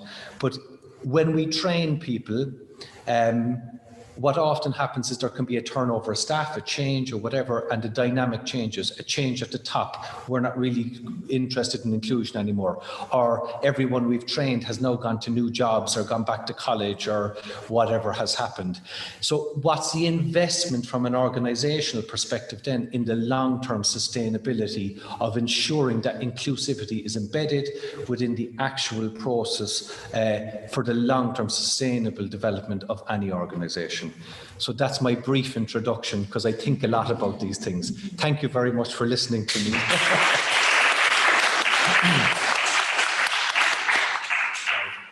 Brilliant. Thank you so much, Owen. You got a little bit of insight into, despite his modesty, you won't never say he's an expert, the expertise that Owen brought to our group. I'm going to hand it on now to Tom. I suppose, Tom, if you've already spoken briefly about your experience, but if you wanted to add a little bit about your involvement in the project and experience. Yeah, sure. So, hello again. So my name is Tom. I'm a white male, blue shirt. I had brown hair the last time I could see properly, so I'm going to assume it's still brown. Yeah, I mean, I was asked to come onto the project. I was delighted to see that, that the gallery was actually really interested in taking this on, as you say, at the beginning phase of this, which is usually, we're kind of usually brought in at the end when it's really too late to do much about it. When I first came into this gallery, I think that the great benefit of this gallery is that you're not funneled on a particular path. You're invited to explore, to kind of move around, work at your own pace, which is a great advantage for the gallery. It's a great challenge for navigation for people with visual impairments, and so we're trying to see how well we could help with that, and also how well we can provide information on particular pieces rather than have somebody beside you having to, read something. I always feel like it's your personal exploration of something is important, and how you kind of understand the pieces is, I think, really vital. And as much as we can put some independence on each visitor, I think that's a great thing. So as Orla had said, the gallery here, because it has to be adjusted and moved for really each exhibit going on, the only thing that's persistent is the stairs and the elevators, really. So huge challenge. We were initially looking at beacon technology. It's something we've been kind of looking across the campus-wide as a campus-wide solution. These are low energy Bluetooth emitters, small little chips you would pop on walls or beside exhibits or by stairs, and as you moved around with your smartphone, what it would do is it would prompt your phone with your surroundings, bits of navigation cues, and then as you got closer to particular items, it would give you more detailed information. Unfortunately, the problem with that is that those little beacons, you can't really move them around too much. They're battery powered. They do require, a lot of maintenance. There's quite a bit of overhead. They do require a little bit of TLC. So I don't think that was really going to work. So we started looking at, it was a kind of a side project we've been looking at in the disability support, which was NaviLens. And NaviLens was basically being able to avail of little barcodes that you would get in packages or that you'd get in supermarkets, but these barcodes would provide information of whatever you wanted. So you could program the barcodes to carry navigation information, orientation assistance, and when you got close to a piece, it would provide essentially whatever you wanted text-wise, and you could hear the dulcet tones of the Tig then kind of describing the piece in front of you. So that was brilliant. But the more we looked into it, you could amend, so you could have links in the text that was coming up on the app, and that could bring you out to, let's say, a YouTube site or a particular presentation from the artists themselves. So you could really get this very personal, very very independently supportive kind of approach to it, which was great. You could really learn a lot from a particular piece. And then, of course, because we had started looking at NaviLens, we then learned of NaviLens Go, which is designed less for folks with visual impairments and more for the general public that would be coming in to visit the gallery. So and it's always an interesting thing I find with accessible technology these days, is that technology that's designed to help support a disability, we're often finding is being moved outwards, and being adopted by the mainstream. So NaviLens Go was an example of that. This was it works the same way. You pointed at codes, but what it would do was it would provide extra language support, as Orla said, translations, videos. There was sign language support. So it's pretty impressive. The more we looked at it, the more it suited us, and to be able to just put barcodes around the building, they just needed to be attached. I'm not sure how they were attached ultimately. Not sellotape, something fancier than that. But and then you could adjust the size of the barcodes. So as you were very close to something, a small little barcode could be picked up, but as you were further away from something, you could have a larger barcode. So basically something to say, look, this is me, I'm here. But as you got closer, you could avail of a smaller barcode that would give you far more detailed information about a piece. But I think it was great. They were very, very supportive. I think it's very cost effective, and each barcode can then be kind of reprogrammed to change with the exhibits. We found the process was surprisingly good. So that's kind of where we are with that. So for this exhibit, this is the first time we've used NaviLens. I think it's the first time it's been used really in UCC, maybe outside of the DS, where we have it in one of our labs. But it's been great, and the gallery has been great in kind of bringing it in and taking it on board, and it's really been able to avail of that technology. But yeah, that's my bit, I think. Thank you so much.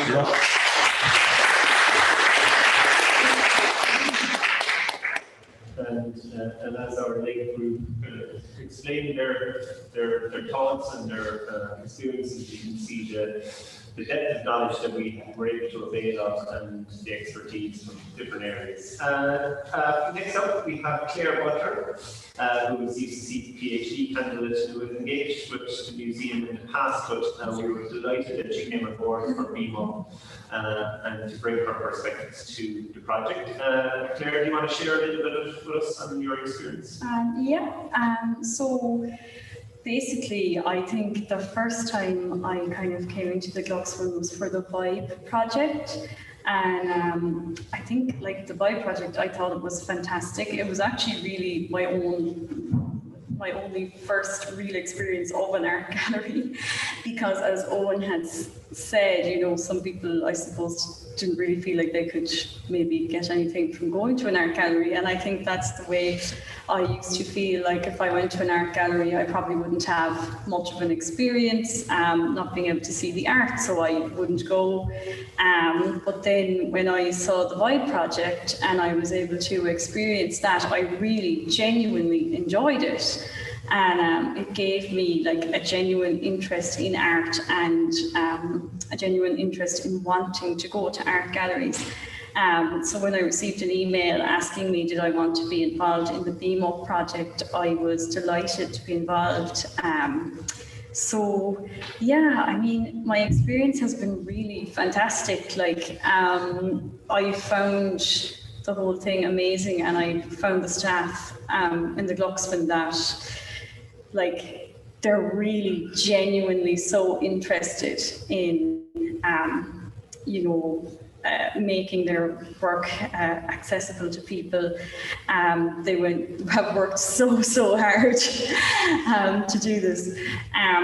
But yeah, I mean, what I found is, I think like Julia was saying, it's kind of the whole multi-sensory experience of the tactile models. And as Orla said, when we went over to Italy and we visited Citta di Castello, I really enjoyed that, and we took a lot of the ideas from feeling their tactile models and we're able to bring those back here to the Glucksman to create the tactile models we have here. And I had, I was able to have the experience to try out the models as they were being made. And as you could see, Mark and the team all did a fantastic job in finishing them. And apart from the tactile models, I was able to work with Orla on a number of different ways that we could make the whole exhibition accessible. So we had other things like, for example, there were the information. So we had Tom's Navilens, which, as we said, you could hear a bit of a description about the artwork on that if you wanted, with Tyge's lovely voice. Or you could have, we also worked on different kind of cards for people with low vision or who might have dyslexia or specific learning difficulties, and these cards had different colors. So I was working with Orla on them, like white on black, yellow on blue, or just large print, and you could pick whatever you wanted and you could read those. So there was a few different things, and then also the fact that if you wanted, that you could have somebody here to also bring you around or show you the tactile models, because something that I had been saying was that when I'm on campus, that I always thought that it would be lovely to go down to the Glucksman and visit the Glucksman, but I was always afraid to come down in case I just come down and be completely lost, and that it would just be really bad. So what they have done here is, apart from having the Navi lens to get around independently, which is fantastic, for somebody who has very little vision or no vision at all, they also have somebody who can bring you around the place. So I think it's fabulous, because I feel like using all these different means of accessibility, they have made the gallery inviting for everybody. I feel like people from all different backgrounds can come in and feel comfortable coming in. I think it's not only for visually impaired people, but for children, probably for, like I said, for people with specific learning difficulties. People from all different backgrounds can come in and have that multi-sensory experience and feel comfortable here. And as Owen spoke about too, it's the training that the staff have had. That's also a very big part in making you feel comfortable in coming to the gallery. I mean, that makes a major difference. You feel like, at least you're going to get, any assistance if you need it. And sometimes I feel like people who might not be visually impaired, they might still want somebody to bring them around or to show them the tactile models, or, talk about things for them, because it gives them another dimension to their experience, as well as just going around and looking at the art. So I think I've kind of covered everything I wanted to cover. I'm delighted with the experience, and I'm delighted to have been involved in it. Yeah. So.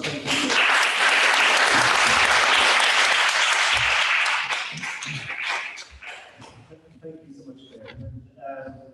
So, what's our talk? We're running over. We can make that time back at lunch break. So I want to ensure that there is opportunity for questions on the floor. So has anyone got a question for our leg group? Yes, Barbara. Hi, I have two questions. Firstly, for Orla, have you had to change anything about the tactile tours post-COVID? And then my second question is about Navilens. Has there been any pushback from artists or curators about the aesthetic aspect of having the Navilens codes on the walls? And I say that as somebody who is a big fan of using these kind of things, so I'm just curious how you navigated that. Perfect. The Navilens one first, maybe. Well, we were already using, as I mentioned at the start, QR codes next to the artworks, and they were already quite large and visible in the space. And the curator didn't really like those, so we shrunk them down a little and made them colourful. So it was kind of a good compromise. I think that we did have some limitations in that we would have initially liked to have or thought about having more on the wall, and then in the end we decided to kind of collect the data into these kind of individual information points, one for each artwork on the wall, but then more kind of strategically placed in areas like that don't really affect the exhibition. But like Tom said, with one code you can actually pack so much information into it. You can have audio guides, you can have wall text. So that's kind of how we kind of made that compromise, is we have the wall text and the traditional signage is communicated through the Navilens programming by like entering the text in, while each Navilens also has an embedded audio guide which situates you in the space and gives you the description for that part of the tour. So in that way we kind of got from maybe having 2 or 3 in one section to having one code in a section. Also, something that came up as well that is that having these visible codes on the wall, it creates a discussion and people are interested to know, what's this code about? I haven't seen it. How do I use it? And that's something as well that I think was noted, that would be great to have in the exhibition, where it's important to have visibility in our efforts as well. I don't think we had any pushback from artists in terms of having the work that next to them on the work. Like the way we've placed them as well is like we've thought about what kind of information people expect to see on the gallery wall, and why do they only expect to have they expect to have wall text next to their work, they expect to have a title, materials next to their work, but then they don't expect to have a QR code. I think more and more they're kind of accepting that traditional method is changing. Like at some point somebody decided to add other information to the wall next to artworks in art galleries. So I think that we haven't had any kind of comments from like visitors in terms of that these elements, which are a part of the information that's given alongside an artwork, is taking away from the artwork or the experience in any way. Depends on your space as well, because you have to have a spacing. There has to be a breathing room as well for things. And what was your other question again? It was about post-COVID tactile tours. Yeah, so it was interesting when I was researching and putting together and looking at kind of the old meetings that we had initially. There was some, I don't know if you guys remember this because I wasn't actually there for this site visit. There was initially some comments actually in that about touching stuff post-COVID, but it kind of dropped out of the conversation a bit. And in our COVID officer here is our buildings manager, Mark Flynn, and through discussions with him, he said that he didn't have, in terms of like his feeling about the thing and UCC's policy around it, that there wasn't a need to enforce sanitization or in kind of contain these touching elements to only certain people in the gallery. And we haven't, to my knowledge so far, had any people who have commented on this. I mean, it's open to touch. So that's the thing, is people who aren't comfortable with that don't have to partake in it. They're not, yeah. It's not like they have to do this in order to visit the gallery. But it definitely was something that kind of faded away in the project, maybe as in Ireland, the kind of rules and kind of thoughts on COVID were slowly changing.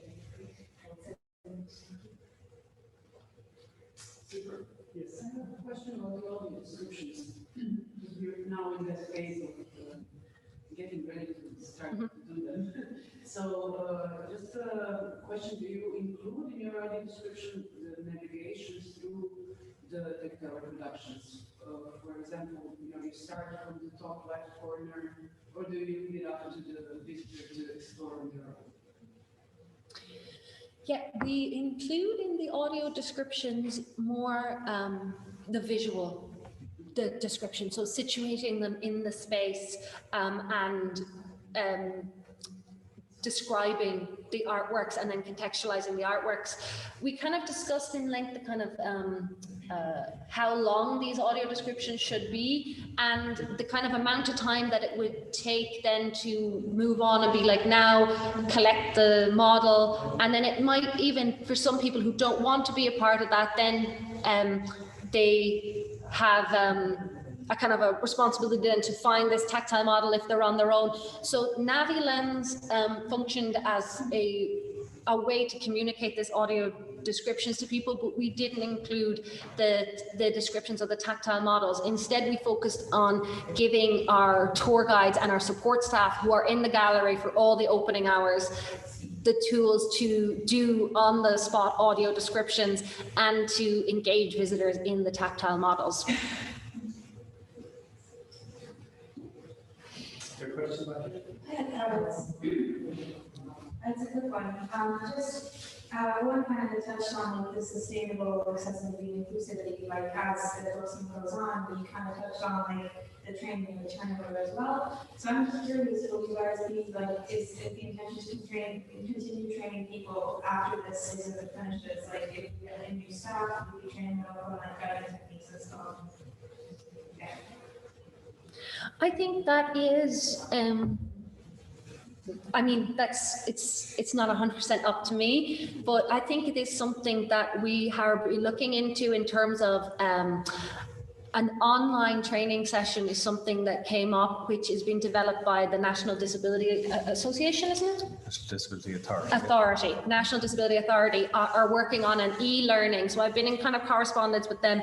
They're developing this new kind of online session that is more about kind of including kind of, you know more about it than me, but we have, so maybe I'll let Owen tell you a little bit about that. But what I want to do in the future is that we'll have this as part of our orientation session for all new staff, is that they kind of do this module. Now, it won't give them the in-depth guiding techniques, but I mean, in our, as part of our staff training, new staff do manual handling, they do training sessions and things to be a part of the staff in the gallery. And there's no reason why a session with guiding technique couldn't be included, especially now since like myself and Ty, who are both full-time staff, have both been trained in audio description, in guiding techniques to kind of pass along this knowledge from kind of senior staff to like new coming staff about this, and a kind of like without including an external authority. But maybe you could say a few things, because this, do you know this National so the National Disability Authority of Ireland, NDA, do currently provide a free online training in disability awareness training. Okay, it's an online video. If the link isn't clear to you, you can write to them or email them and just ask them for the link. That's what I did. And what we've been doing here through a network or an alliance called Arts for All, which is focused on inclusive in the art sector here in Cork, is we've been circulating that. So we got permission from the NDA to circulate that link, and we've been asking our members to upskill themselves in general disability awareness.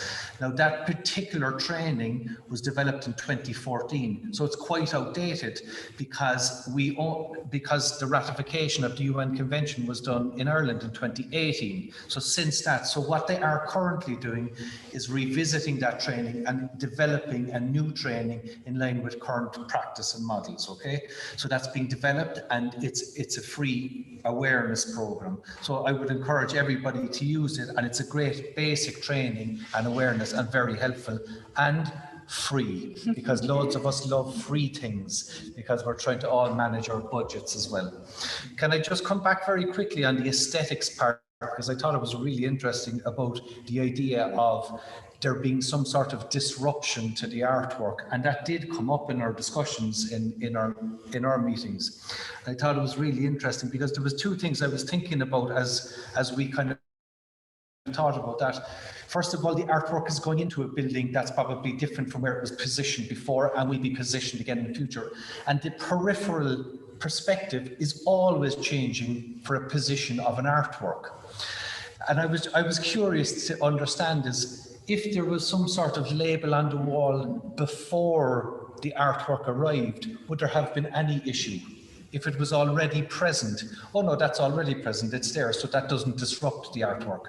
But by suddenly positioning the artwork and then applying a tool that actually helps you build an audience and helps you give a rights-based access to another group could be considered some sort of an infringement to the artwork.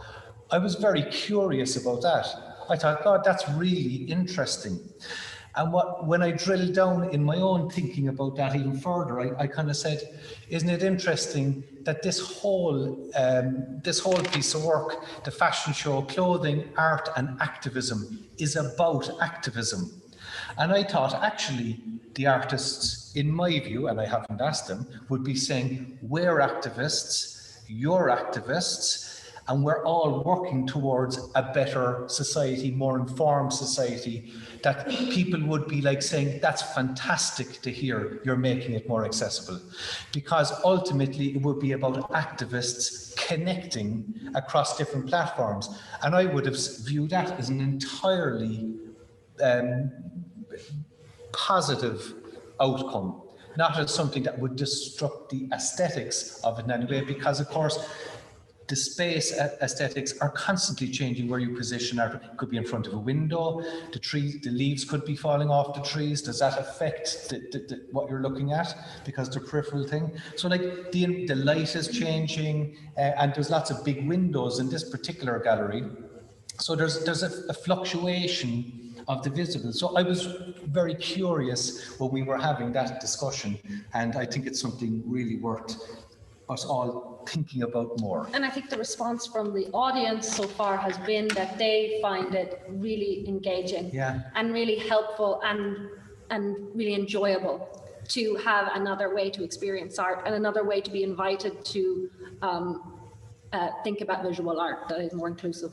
So the fears maybe that were perceived are real, I don't know, but weren't realized. Do you know, sometimes there's a kind of, in your mind, there might be, oh God, we can't do this. But the question is, like, there hasn't been any negative response to having them present. So what's the issue? You know, it's kind of like sometimes the issue is perceived and not real. And then maybe it's, there are things that are worth exploring and thinking about again. Yes. And question about learning more about how you manage the relation between the tactile productions and the artists, because we discussed about the topic of the rights issues, so we had we work in the Group Foundation, which is the only institution that can guarantee the authenticity of Boris' works. So we couldn't have copies of the artworks about tactile production. Then the other artists, we had other institutions, so we decided to do other tactile production with just a shape or method. Then the new artist provider. So we wanted to learn to ask to talk more about this relation between a tactile production and the artist. especially in the case that artists are new artists. Yeah, I think that they will, for my part, I don't have contact with the artists. That is done through the curatorial team. So Chris Clark and Fiona Carney are the curators of the show. So they would look at creating the exhibition. But as you mentioned as well, we keep saying artists, but it's actually not many artists. It's mostly other organizations, other museums, other galleries. Like the work that we often show is from collections who have policies and rules around artworks and slow processes to things. So our kind of approach is that we have the right and we should be providing accessible ways to access this art, regardless of what those other galleries' kind of opinions are. So as long as we are creating aids and not artworks, and we're not infringing on the space and the right to the artworks, and that's ultimately a call on the curatorial staff, because they put together the design of the exhibition, and they're able to look and say, this is within the lines of our gallery, and this is outside of it. This would be going too far, and this might think. So this will allow us to create our kind of our own way of making exhibitions accessible, but without a kind of bringing in maybe 16 different organizations and thoughts and processes into every single exhibition, which would be extremely kind of time-consuming process. So I hope that kind of gives it a thought for it. But it is something that we continually went back to. Super. We're going to close it and put it to talk on for us. And as you can imagine, we did when we met as a group. But because we are actually running way over. That's my job, and I haven't been doing very well. So we are going to head downstairs for lunch and sandwiches. And we will attempt to come back here for 1:30. Is that okay? Change the program, we'll just give it a little bit more. We'll come back here for 1:30 for our Croatian. Oh, yeah.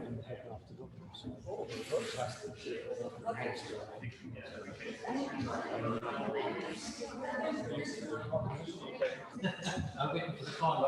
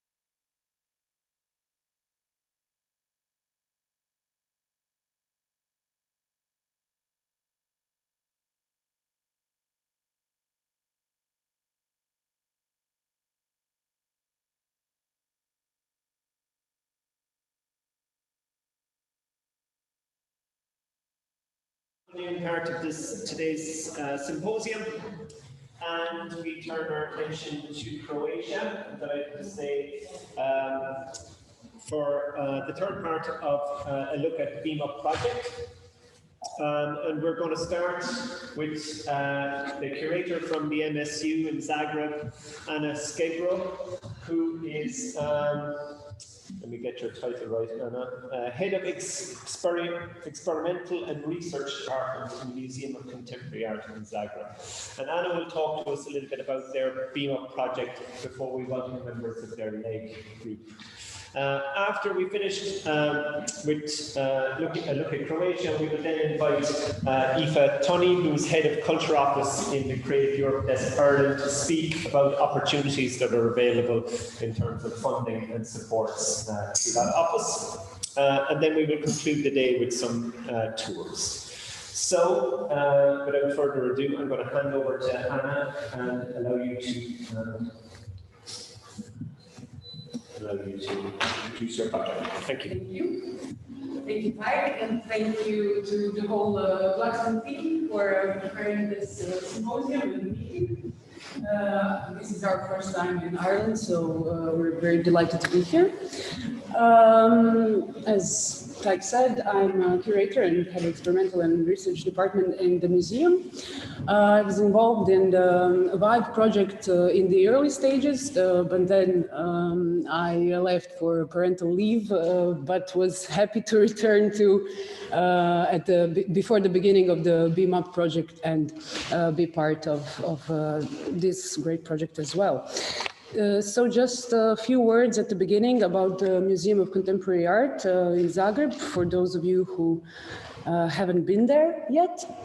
So this is our new building. We were actually founded in 1954 with the aim of collecting, preserving and exhibiting contemporary artworks from Croatian artists, but also international artists.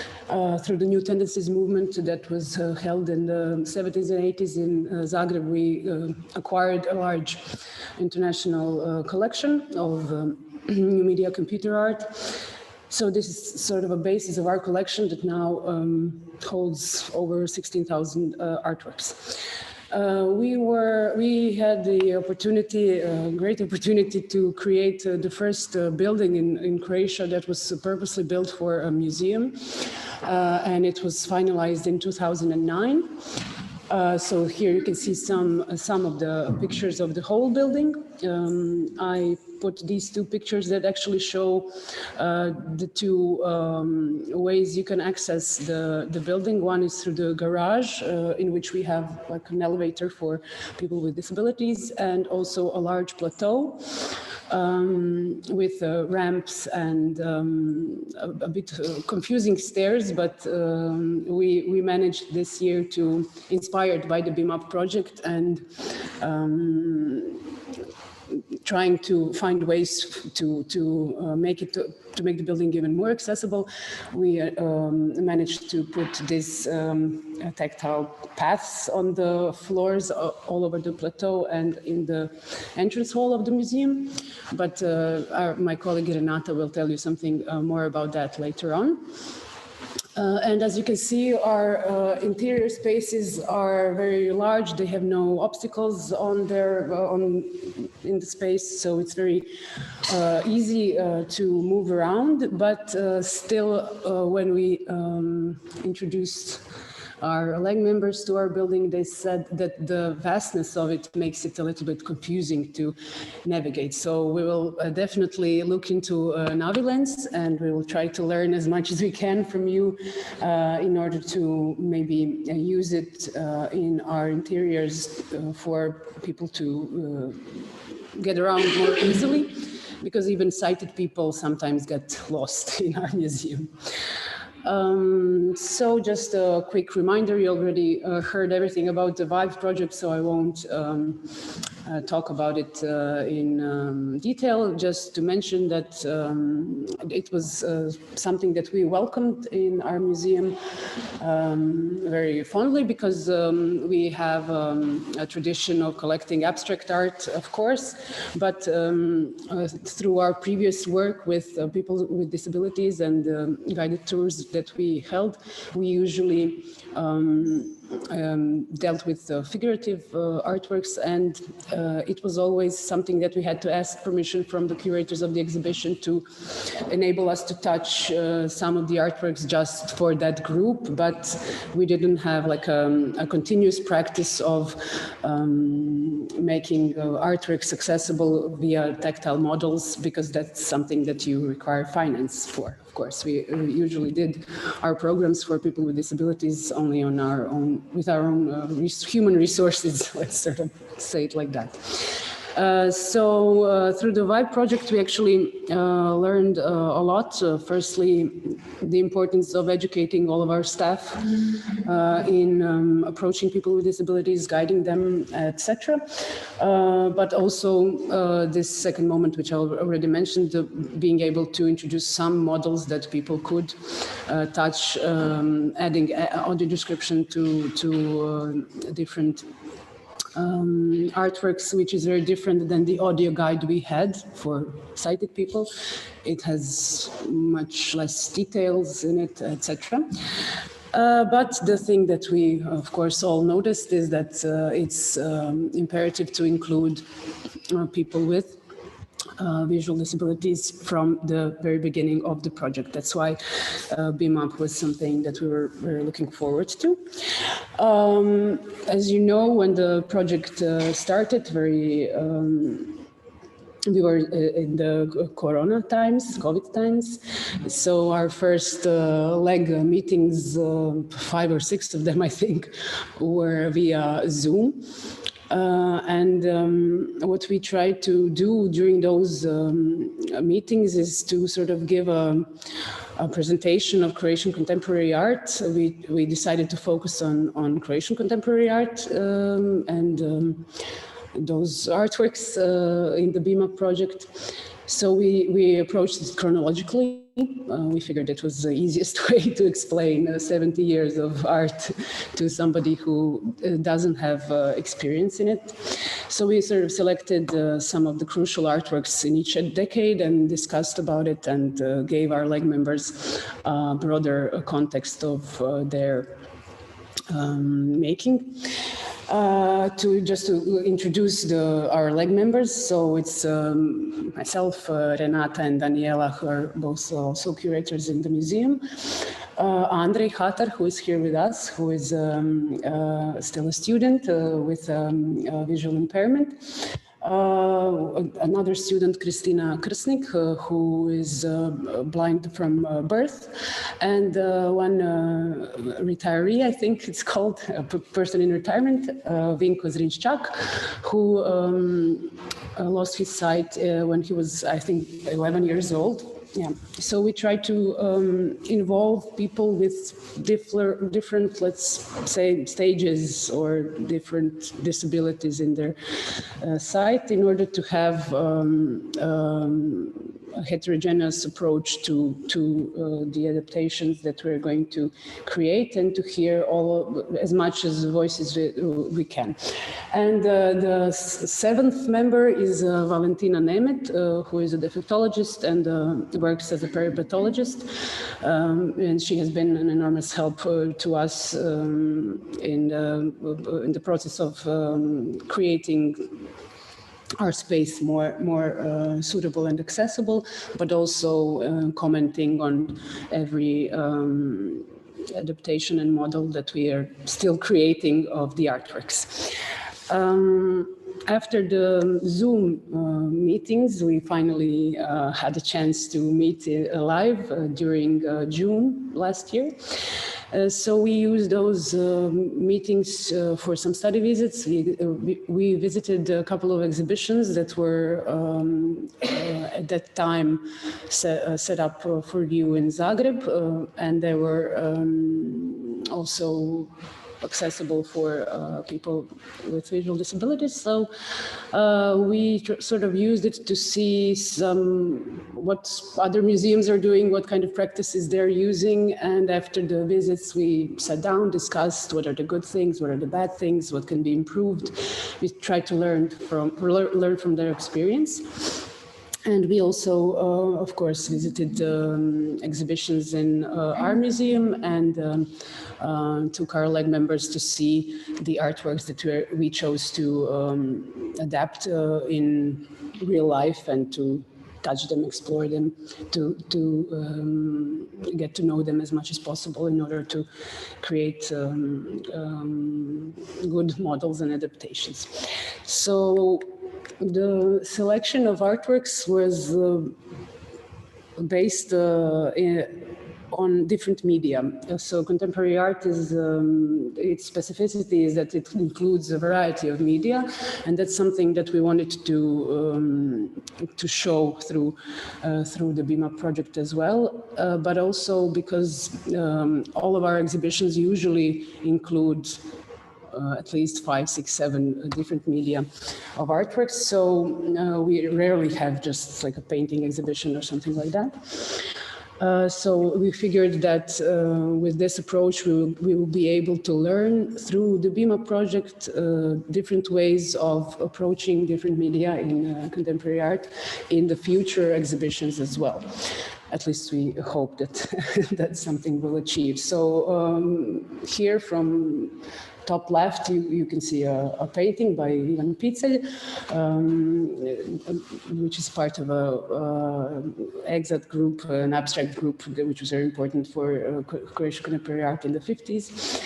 Then an informal piece by Eugen Feller. Then we have a conceptual art piece by Mladen Stilinovic. Conceptual art is something that was very interesting for us to approach because it's something that's difficult to explain even to the sighted visitors, but so it's sort of a challenge always for us. Here you have a Cossack Songs of War, a piece by Demantas Narkevicius, which is a sound piece. And then you have a video projection, but it's meant for visitors to take part in this session as well. So it's a projection of a session and a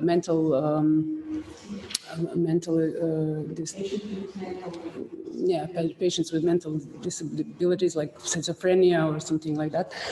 And it's like a recorded session in which the artist Andrea Kulucic participated, and she sort of worked with those patients on their rehabilitation. And in this way, all of the visitors are invited to sit down and listen and sort of be part of that session. And the last item is actually a graffiti stencil, and it's placed all over the exhibition collection as a verb, which we chose to adapt via the Beamup project. We plan to either take the original cardboard stencils and give it for tactile exploration, or creating the same visuals in plexiglass. We're still discussing the adaptation of that artwork. So yeah, maybe that's something I should have mentioned. We still are not finished with our process. We're in an ongoing process. We plan to finish by December this year. So this is all like a work in progress presentation. And then after we selected the artworks, we contacted our restoration department. We're lucky to have a restoration department with 3 colleagues working there who took on the challenge of trying to create the replicas of the artworks that we chose. Some of them we created the exact replicas in the same material and in the same dimensions as the original. But that's only the case with 2 artworks, if I'm not mistaken. And the other ones we actually created like a smaller versions models that imitate the materials and techniques of the original artwork, just trying to convey the concept of the artwork through the imitation of the material and technique. So as you can see, the conceptual art piece is being recreated in the same material. This is artificial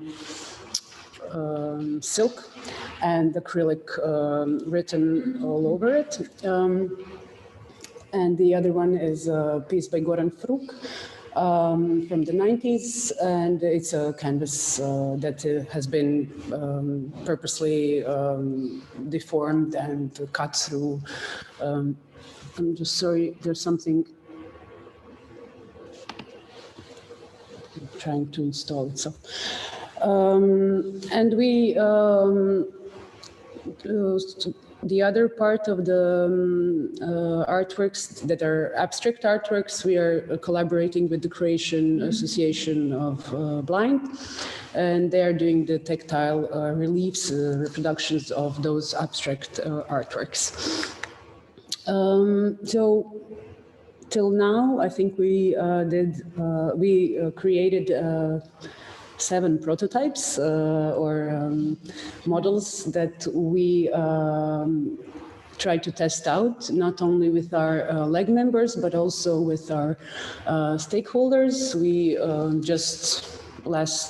this week on Tuesday, we had a forum, our 3rd forum within the Beamup project, in which we presented our work so far. So all of our stakeholders got a chance to see what we did so far and give us some feedback and some comments, which we were happy to say very positive, but also they gave us a few clues and things to think about while being near the finish line.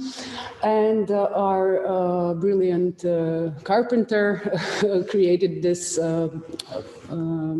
pedestals, or how to call it, for some of the models, which have this inclination and on which we can place the models in order to be more easily explored by the blind and visually impaired. And they also have like a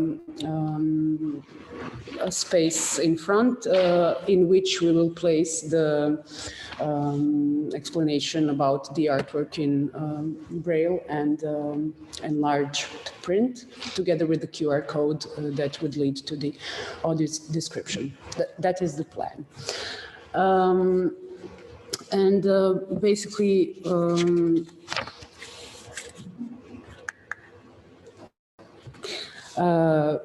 that's basically the mostly everything that we did so far. I will leave some things for my colleagues to mention as well, and just a couple of notes on our plans for the remaining of the project. So we are planning on making 12 artworks accessible for the blind and visually impaired on those levels I already mentioned.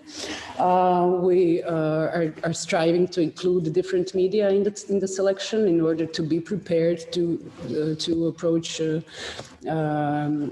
future exhibitions in our museum in the same way, and create an inclusive program, because even though we started off trying to create a space and exhibition that would be accessible for a blind or visually impaired person to visit autonomously, we came to the conclusion that that will not basically be possible, and that we need to have organized visits, and definitely always a person who is there trained and ready to guide anyone who is interested through the exhibition.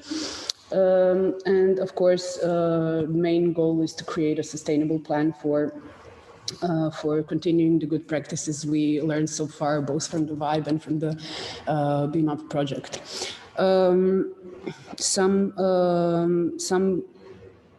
points that we already concluded that would be contributing to that sustainability is the creation of a dark room at our entrance hall, so that would be kept there even after the exhibition, which would be, of course, used for sensitizing the sighted people, and we will also continue to keep those models that we have for the whole year next year in order to create a regular program alongside the things that we created, so that the people would get a habit of coming to the museum, of knowing that we always have something for them and somebody for them, which is even more important.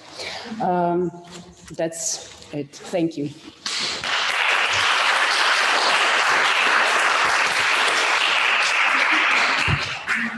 Thank you, Anna. And now I'm going to welcome Anna's colleagues. Renata, oh, you're going to test my Croat now, but and Daniela Bilo-Pavlovic, Benedict, apologies, both from the MSU, and also Andre Patar, who is the external member of the lecture.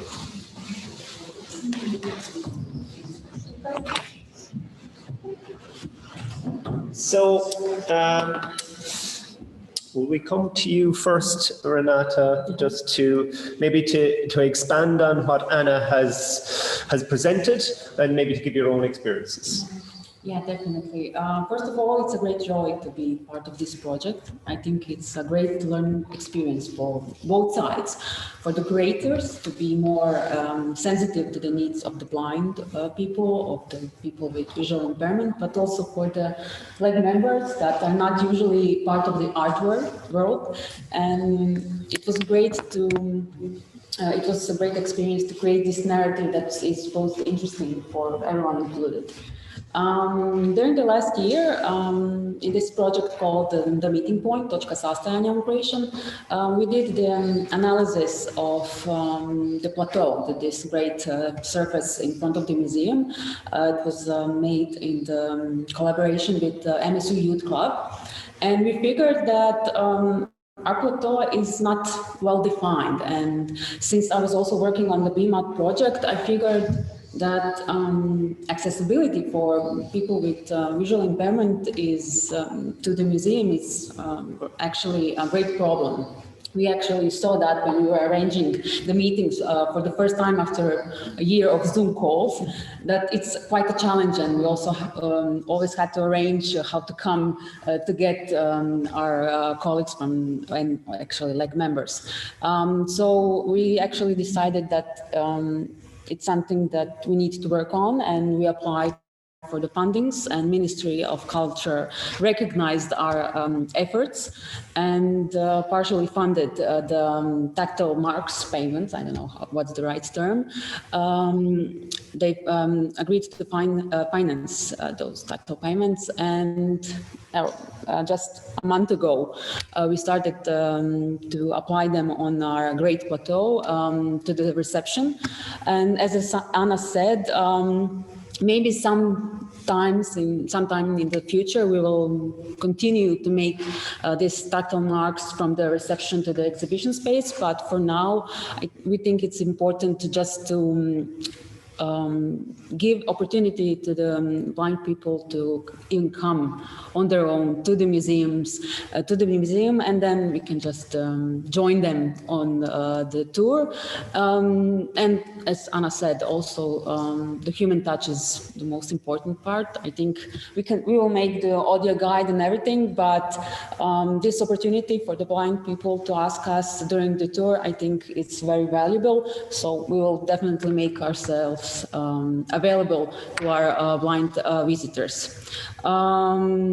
This is also an exclamation mark to the city to make this part of the city more accessible in in the whole, because this is a new part of Zagreb, and although the streets are more clean, they're not crowded and everything, there's no pavings for the blind people to direct them to some places. So we hope that it's enough for them to recognize that it's very important to do something regarding that question. I was also working for this last month in cooperation with my colleagues on this text that will follow the artworks, and I think it was a great experience because in a way we had to learn how blind people perceive the world and to see how they can in most how to perceive the artwork and had this deep experience of the artwork. I know maybe we will never make it the full experience as some sighted people have, but I hope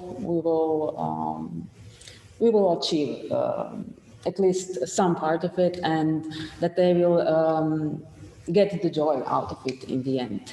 But currently we are actually in the experiment process, so I guess we will find out the answer to the following months through all the programs we are planning.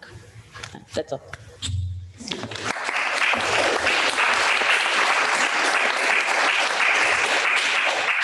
Thank you, Renata. And Daniela, maybe you would like to add a little bit on what's been said already. Okay. I'm Daniela. I'm senior curator of the Museum of Contemporary Art Zagreb, and I would like to say a few words about one project which we had 2020 during the pandemic with one association for people with intellectual disabilities, and the project started I think at the end of the 2019 and finished 2020 in summer. And during this project, we did some workshops and guided tours in museum for people with intellectual disabilities, and we also made one big stuff. I think we made it one Tactomobile. We call it Tactomobile. This is one project which we did with the designers Anton Sevcek and Damir Gamolin, which is also very good for people with intellectual disabilities and also for people with visual disabilities. I think maybe it's people with intellectual disabilities, it's just on the margin of all people with disabilities, I think, because it's not so many programs for them, and it was very successful, this kind of program in our museum, and all the group, all people in the group was very happy with it. And maybe I will just read one introduction from our brochure, which is, I think, which will say many things. The biggest obstacles to the integration of people with disabilities in the main spheres of community life are negative attitudes and fear of the unknown. Due to inherited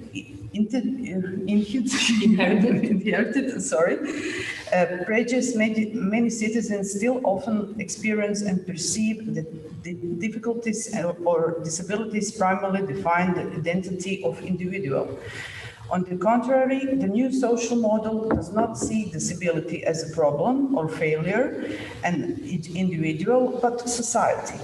A person with disability is namely no longer a patient or a passive subject from whom other knows better who needs and defined by others, but it is an active social subject user and citizen. I think for all of us, especially in museums, it's a very big question, because I think the museum and all programs and exhibition must be for everybody, not just for normal people, you know, but for all people. And I think this is more important. So.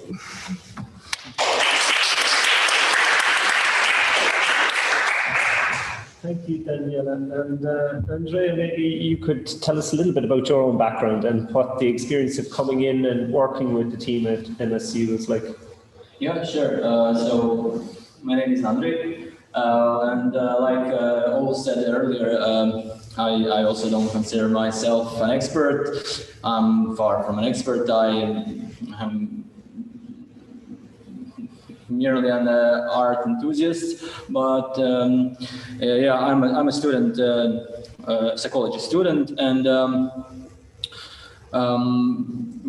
for the last 2 years, right, I've been a part of the local expert group on Beamup project, and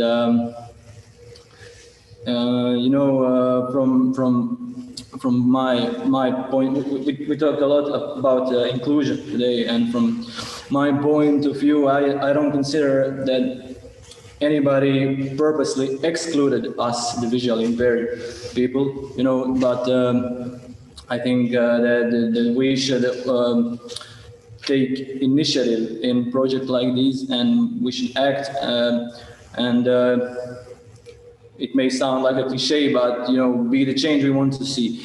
And projects like Beamup, they are, I think, they're really important, because not only because they are the stepping stone in making all museums across the country accessible, but also because you know, in projects like these, we set an example for other, not just cultural institutions, but for institutions, all institutions, you know, in general. And what I have to say is, working with Renata and Dana and Daniela, and, you know, with all the other members, was really joyful and gratifying, because what I noticed, and was what made me genuinely happy, was that everybody was, you know, intrinsically motivated to get this project and exhibition to the highest level possible.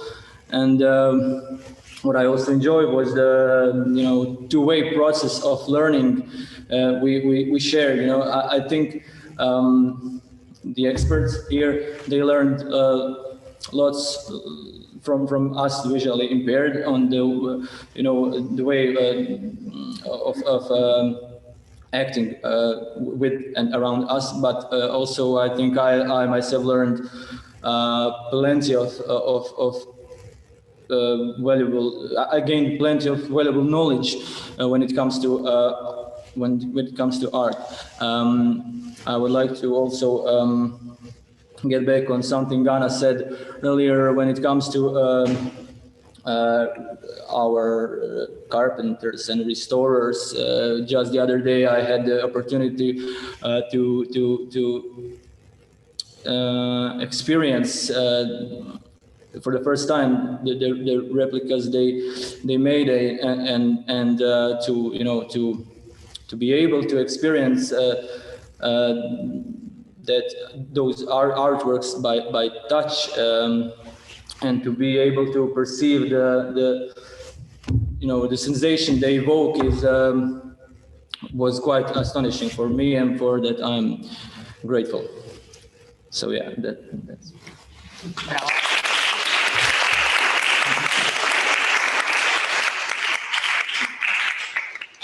Brilliantly put, Andrea. Thank you so much for your contribution. Will we open it up for questions? Has anyone got any questions for our Croatian partners?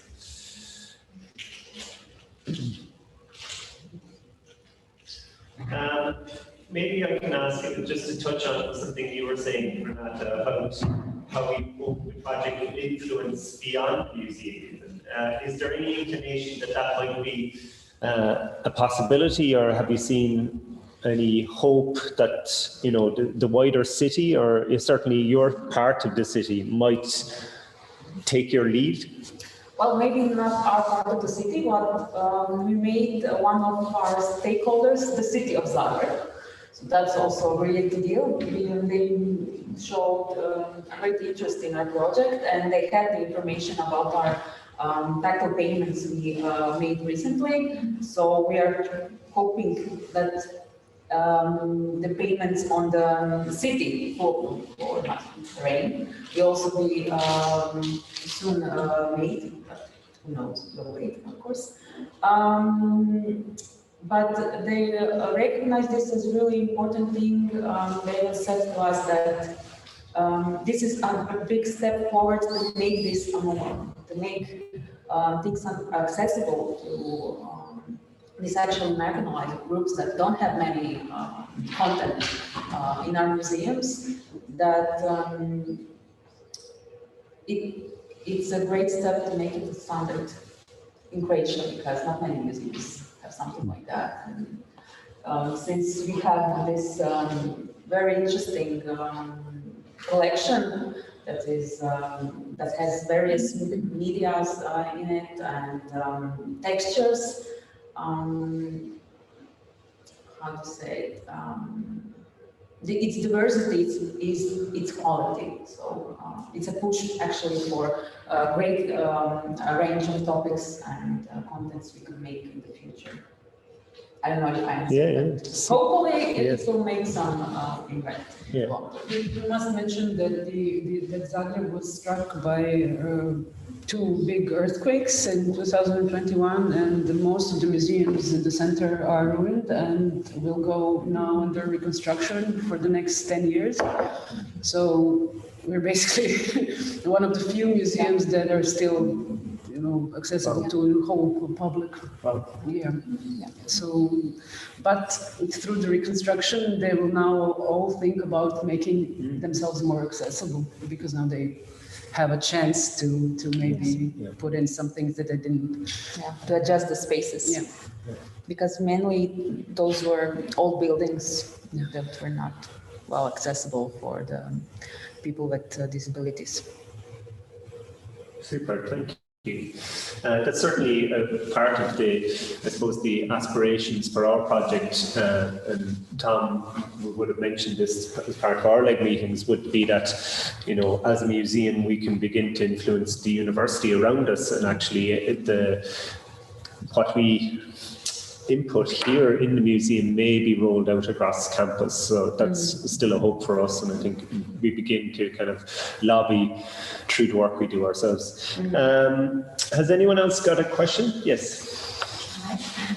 I'm sorry, in the final notes, you told us that you want to create a dark room at the end of the exhibition, but it means that it will be kept after the exhibition. Yes, we won't put it in the exhibition, but at the entrance hall of the museum. Okay, yeah. So it will be behind the reception desk. We have a huge space behind the reception desk, which is now used as a shop, but it's being moved now. So, we're planning on putting a dark room there. We don't know will we make it in time for the Beamup project, but we're definitely going to put it. Yeah. I think that it's a great thing. Because that's something for all of the public, and it's important to. When we make the visits to Citta di Castello, we know that it's important for blind people, but especially for normal people, sighted people. Yes. So, yeah, we plan to give the pads, or how do you call it? With blindfolds. Blindfolds, so the sighted people also can have this experience. Yes. And see how the artworks make impact on them when they don't see them. Yes. one of our stakeholders is like a theater for the blind. Yeah. And they gave us this idea. They have like this party in the dark programs for sighted people. And so we're going to try to sort of recreate those within our exhibition. Yeah. I will be curious to see. We will film it then. Yeah. Hopefully it won't affect the artworks. We'll see. Very good. Has anyone else got any questions? Yes. Not really a question, but just to say, Anna, thanks so much for that presentation. It's really interesting to see the museum. Images were really illustrative, I think, and really, I'd love to keep in touch with the project, maybe through time, and see the fact that you mentioned that you are incorporating the city of Zagreb as a partner. I think it's really amazing to see museums and art museums in particular having these roles as leaders in thought. And that policymakers and people who can make change in the built environment might follow after art museums. I think it's really, it's like kind of activism at work in some ways, and it's really exciting. So thank you so much. I'm going to definitely be watching your work with interest. Thank you. Thank you. We will invite you to come and see when we open the party in the dark. Fabulous. So, thank you so much, Anna, Renata, Daniela, and Andrea. Absolutely wonderful presentation, and I think that will join us at the beginning of the room. We have some brochures from, you can just pick it up here. Yes, so we can divvy those out. So we're just on to one final presentation, which is Aoife Tunney from the Creative Europe desk in Dublin, who's going to be talking to us about some of the opportunities that are available to us.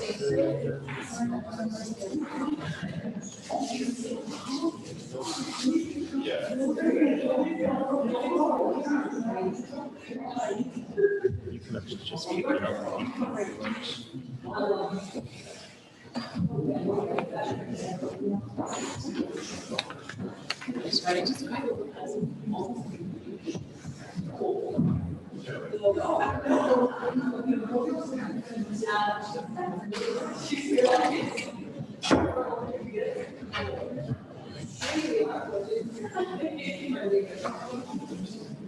Okay, so Aoife has kindly come down from Dublin today to join us and to share some of the opportunities that are there for artists and art organisations through Creative Europe funding. So over to you, Aoife. Thanks, Ty.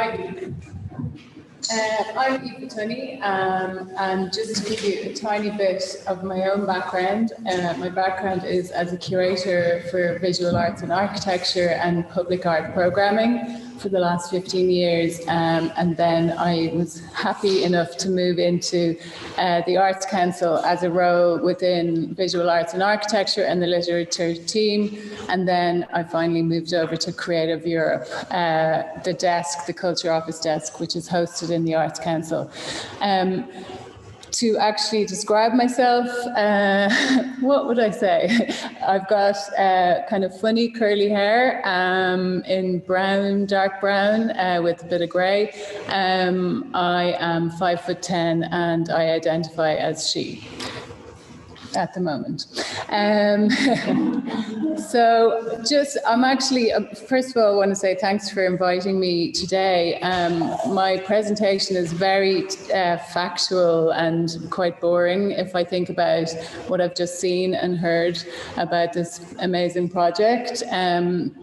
So ignore some of it. If it gets too boring, I might skip ahead, but I'll also explain a lot of the visuals are decorative images or kind of graphics, so they're not really specific to what I will be talking about, but I will describe them as, a brief little description for each one.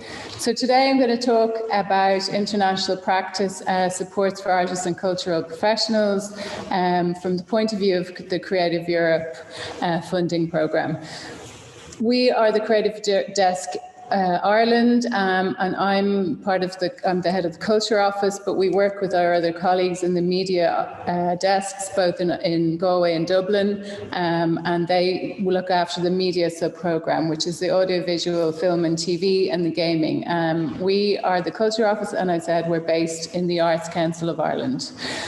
So what do we do? I won't go into all of our work, but just to say that we're the main contact point for the Culture Office and for the Creative Europe programme in Ireland. So we kind of inform, advise, we give assistance to people who are going to apply. We really try and get the information and the kind of updated funding opportunities out to as many people and as many kind of organisations and artists in the sector as we can. We collaborate with our Creative Europe desk network, which is across Europe. So there are 42 desks within Europe at the moment. So we will work closely with our colleagues and kind of get more information on what's updated funding opportunities that we could kind of tap in for our own sectors here. And we assist on partner searches. So we might be contacted about a certain project that an Irish organisation is wanting to develop, and is there anyone that within Europe, the network, that might be working in that area already, so we can kind of make that happen if there aren't already partnerships in place. As I said, we work directly with our media desk, so we work on cross-sectorial events within that work. So, as I said, we're based in the Arts Council. We're under the umbrella of the international team. And the international kind of arts, the policy of international practice has been really deep within what the Arts Council do for a long time. In 2016, we developed Making Great Artwork, which really looked at the importance of international practice. And obviously we're seeing today the results of this kind of practice and this working together within Europe, collaborating, learning from each other, sharing. And it's just so important.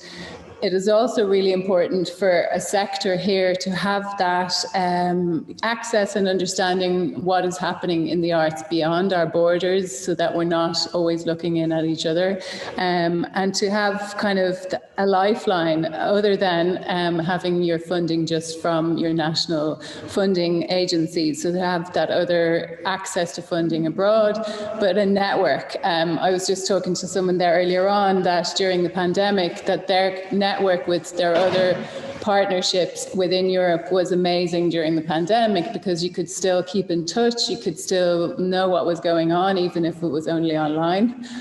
We were only hearing each other or seeing each other.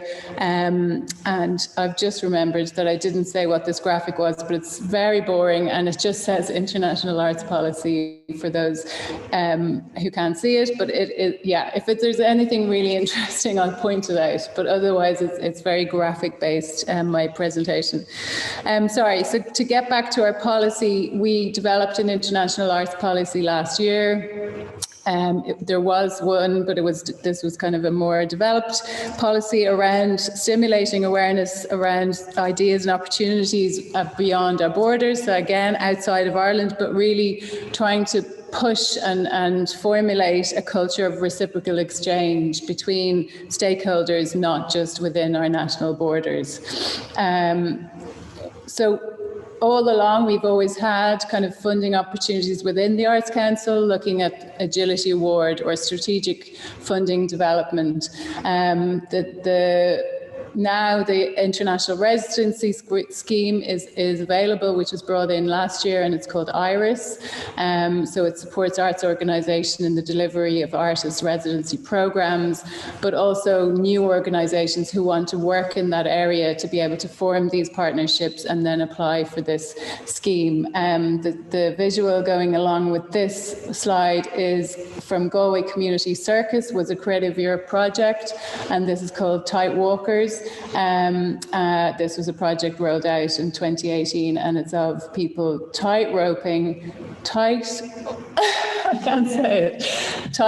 What is it? Oh my God. Walking. Okay, tightrope walking, sorry, across between two very high, so the back of buildings, across bridges and across a massive river, and it looks very dangerous. But anyway, it was a Creative Europe funded project, which was very interesting. The new program, which I'm here to really talk about, is the Creative Europe program. Has now got 2.44 billion euro, which is a huge increase in our funding for this program, which is 2021 to 2027, and that is really because of the global context of the pandemic. They've front-loaded the first few years of this program with extra budget so that all the creative and culture organisations can really get that funding out as soon as possible. As we know, we have all been affected deeply in the area that we work in. So along with that context is our climate crisis, global economic destabilization. Obviously, the war in Ukraine is continuing, and that's affecting us in many ways.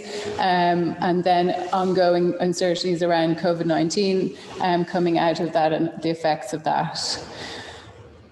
Just to talk briefly about why the European Union funds culture, it was interesting to hear Owen earlier on talking about the strategy for disability within Europe, and I need to add that to my framework now of lists of European policy. But really why the European Union funds culture is because it really links back to their social and political aims, what they want Europe to be as a whole and all the member states, and how that is arts and culture are intrinsic, have value to our life, our everyday life.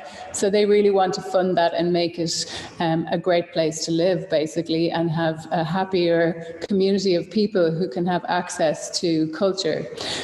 So that has been kind of confounded in treaty commitments in the past, and then on a broader EU policy, looking at the EU Agenda for Culture, the Gender Equality Strategy, the European Green Deal, the European Framework for Action on Cultural Heritage.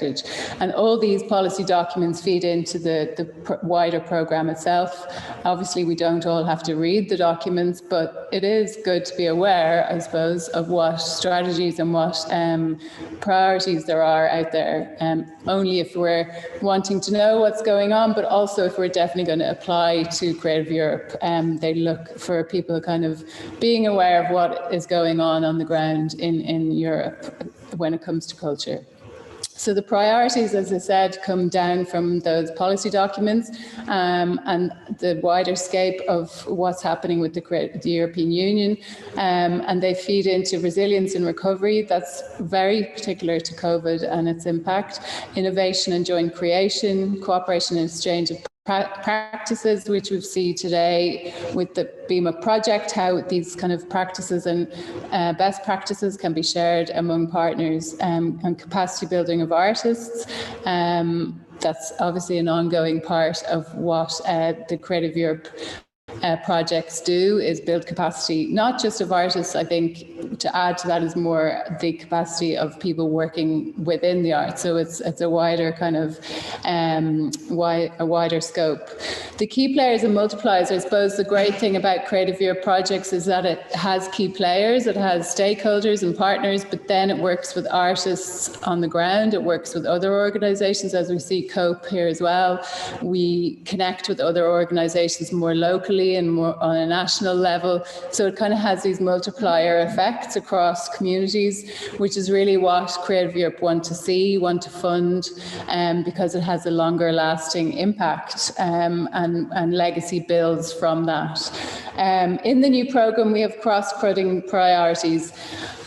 These kind of little phrases come up in the way Creative Europe present things. So I suppose they are priorities. What they mean about cross-cutting is that they go across all awards within the Creative Europe programme and of other European awards. So Horizon and Erasmus Plus will have these priorities at the centre of them as well. The most important thing is, I suppose, within this is that 10% of the overall budget has been allocated for these cross-cutting priorities. So they are something to kind of be aware of, but they also, you know, if you are working within these areas already, that is great. That is even more of a plus, because it's kind of if it's a completely new area, we would say don't kind of start working in that area already. Don't start jumping into, I want to work in the area of gender right now because it is a priority within this kind of funding, you know. So we would say really look at your capacity first, or what you're working on in the first place, before kind of jumping into one of these big issue areas. So if you are working in that area, or you've kind of led to this point where you're ready to do it, then you need to outline a strategy of how, whatever of the issues you want to address, how you would address it in your project. So that's inclusion, gender equality, the environment obviously is such a huge issue, and the fight against climate change. So they're the cross-cutting priorities.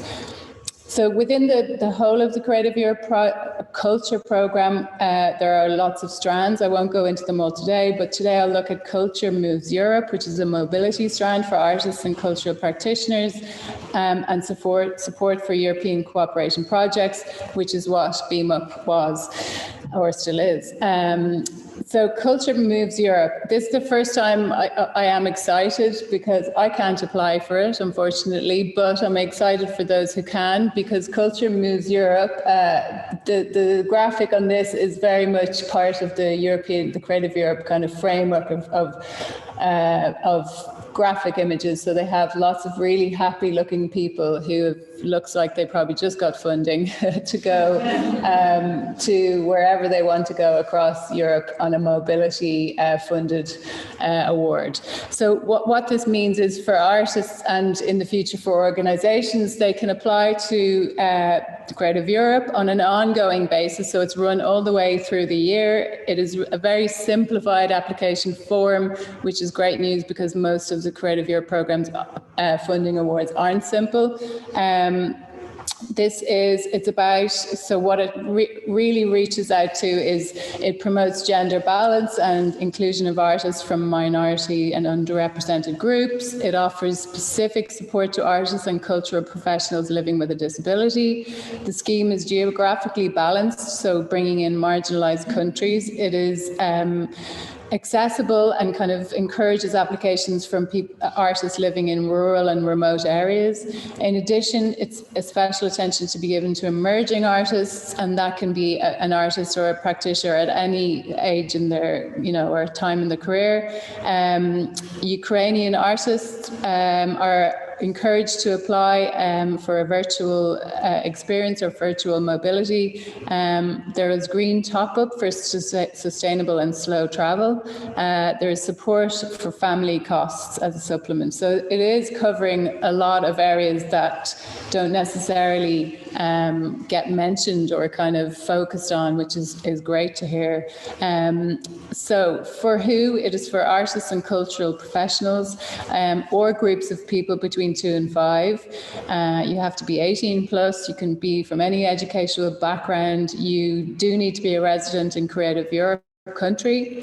It is for all of the cultural and creative sectors that are mentioned in the Creative Europe program. So that's architecture, culture, cultural heritage, design and fashion design, literary translation, music, performing arts and visual arts. So it's wide. It's a wide area that it covers. And as I said, applicants from Ukraine are encouraged to apply. So it is very broad. You are encouraged to apply to explore, to be in Europe somewhere else and explore the cultural heritage of that city or that place, where you might be inspired for your own creativity to create and co-create. Develop work with other artists or creative cultural practitioners in other countries to learn in non-formal learning situations, or to develop and deepen your international professional relationships. So it is very broad, but what we kind of say is that these awards are for testing ideas, and they're really useful for planning or making those collaborations and those partnerships going forward for a project potentially. So if you're looking at going again, if you're mad enough to go again for another Creative Europe program or a project, you could actually apply for this to start out those partnership meetings within Europe. And meet with partners, or if you're an artist, you want to attend workshops, seminars, you want to just do some professional development or more residential production for artists' residencies, then this is your award. How to apply. So I won't go into that because that's more technical, but just that you will make it an account on the Goethe Institute, because the Goethe is managing this project, but always get in touch with me if you're in Ireland, but your Creative Europe program or your Creative Europe desk around applying. The evaluation process is kind of similar to any other application process, where you're evaluated on the necessity, the relevance, the feasibility of your application, and the outcomes that you have put it to, that you want to achieve, and whether they are feasible. So it's really just being able to convince the board or the evaluators that this is a feasible project. So it should be for a single individual between 7 and 60 days, or for the group it's for 2 to 5 people for 7 and 21 days, and must take place within the year of signing your successful agreement. And then you must be in a single destination, but that could be in a country across different cities. So you don't have to stay exactly in one place, but in one country. So as I said, it's rolling dates across the year. There's 21 million euro for this, and 7,000 awards. It is expected across individual applicants and organizations. Opportunist is what it used to be called, so you might have heard of that before. Yeah, one person is nodding, that's nice. So Opportunist was the pilot group, or the pilot award for this application, and now it is called Culture Moves Europe. But in Ireland we had a good success rate. We had 13 applications were funded in the last 3 years. Around theatre, visual arts, curatorial practice, lots of areas of work, and people travel to Serbia, Denmark, Norway and Spain. Now, I don't know if you want to hear about cooperation projects because you have been part of one, and whether you want to know, or you probably know it all inside out. But I guess what I would say is that even hearing from what you have been presenting today, and how I can see how your partnerships have really developed in terms of sharing practice and sharing ways of working, methodologies. Cooperation projects are really a multi-annual award that allows an organisation to do work outside of maybe their day-to-day work, which is very focused, but it is over a longer term of time or a period of time, and you can really get specific with that work rather than trying to build it into your everyday running of your organisation, and maybe not even having the capacity to do that. So I think going forward, it is a really amazing opportunity for organizations to have a lifeline, as I said, outside of their national funders, and a network of other like-minded organizations or diverse kind of relationships that they build over time, and achieve these objectives across borders, or the objectives that you might be kind of experiencing. And what I feel today is that Beamup definitely addressed kind of a systemic problem with the obstacles of how people with impaired visibility access art or access museums in general. And that's a really perfect example of how cooperation projects work, in the sense that you can find that there might be a similar or exactly the same obstacle in another European country, and how you can affect change in the sector around this issue. So we really encourage anyone who's interested in making partnerships and working across borders to look at cooperation projects. it is just so important to increase exposure of European works in Ireland and not to be always kind of working remotely, as we are a very remote country. Within this new program, we have a medium strand of the category 2, which is new. And so far, most of the organizations that have applied for cooperation projects have gone for this kind of a medium, which means it doesn't mean it's a medium amount of work. It just means that you can go for a kind of in between the small category and the big category, because the big category is €2 million and a minimum of 10 partners. It's a huge undertaking. And then the small is much smaller with €200,000, but it might be too small for what you want to do and what you want to achieve. The one great thing is that the European Commission have increased the co-fund. So as you see there, 80% of the total budget of a small category is covered, so you don't have to raise as much funds on the ground in Ireland or in your own country, and 60% of the larger one is covered by the Commission. So as we know, organisations like yourselves applied, but other organisations like NGOs, cultural institutions, museums, we've seen a lot of local authorities, libraries, third level education apply and work as partners within a Creative Europe program or project. And you must be operating in a Creative Europe program country and have financial capacity. So the new objectives for this program are the creation. So whether you pick one of these, creation or innovation, so to strengthen transnational creation or to enhance the creative sectors and nurture talent to innovate, to prosper or generate jobs and growth. The priorities are all of the below. What we do say is to look at 2 priorities, because otherwise you're spreading yourself too thin. So the priorities are audience, increased cultural access, social inclusion, projects for or of marginalised groups, intercultural dialogue, sustainability, contribute to the European Green Deal. So again, that is a huge part of the new programme. New technology, how the creative and culture sectors can increase their competitiveness. International dimension, building capacity to be active at international level.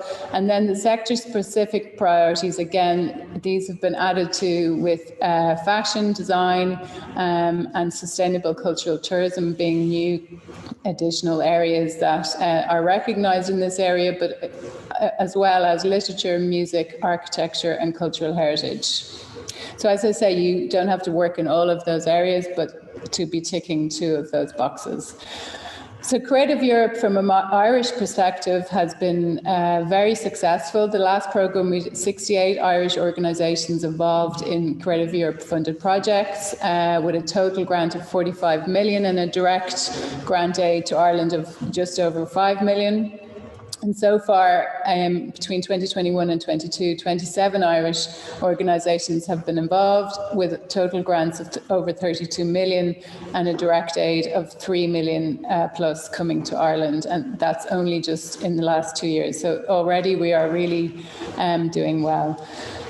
So if you're, the next steps, if you're thinking about looking at applying to for Creative Europe funding, you've got to kind of look at your own work. As I said, does your work align with the Creative Europe priorities already? Do you have the capacity to kind of jump into a bigger project around the other priorities that are focused on in the programme? You should be kind of looking at your national funders and other projects that are funded within Ireland, how they work, and could you be partnering with them? Identify your partners abroad. As I said, we do help applicants look for other partners in Europe. Start your project ideas and developing them already now, even if you're not going to be applying for a while. It kind of takes a number of tries or even just a number of months to get your head into what you actually want to do. I know when you start writing applications, you realise that there's a lot of work that should have happened beforehand. So that's why we say, start working now on it. On the Move is a really useful resource for residencies and foundations, arts foundations that have opportunities for artists and organisations within Europe and abroad in America or the rest of the world. So that's one that we'd always kind of keep an eye on for other partnerships. In Creative Europe supported projects, we have publications on our website that are really useful to look up. But in general, there's lots of results out there of other Creative Europe projects that are really interesting to see how they worked and what partners they were working with. So yeah, we would always say keep in touch with the Culture Office if you need information or interested in having a chat about how you might apply or what you could be working towards. These are our upcoming events. We are working on a Ukrainian Culture Nights, 3 events coming up in the next month. So check out actually I'll send you, Tig, my presentation so you can look at these links, and we have our webinars coming up around the different deadlines for Culture Moves Europe and cooperation projects. And the host organisations for Culture Move Europe doesn't start till January, so that's something to keep an eye out, is for organisations running residencies. And that's it. Thank you.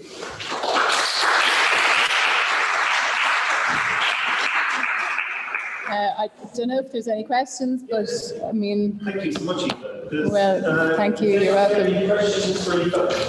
Well, we have I think as we consider the work that we've been doing across the different projects and how we make it sustainable, all of this is very relevant to thinking about how we can move forward or develop new projects. Anyone, any questions? Okay. Well, it would be brilliant if you shared the presentation. Yeah, sure. You can pass that on, and those links are really useful regardless of location. I think people have their own culture office that of course. Yeah. Absolutely. Thank you. Thanks, Eva. Congratulations to the project as well. So we have reached the end of the day. And it's been a real pleasure. Thank you so much to everyone. It's fantastic to have you all here in one room and hear about the different projects. It's been an eventful, interesting journey here in Cork, but to hear about your perspectives as well has been really good.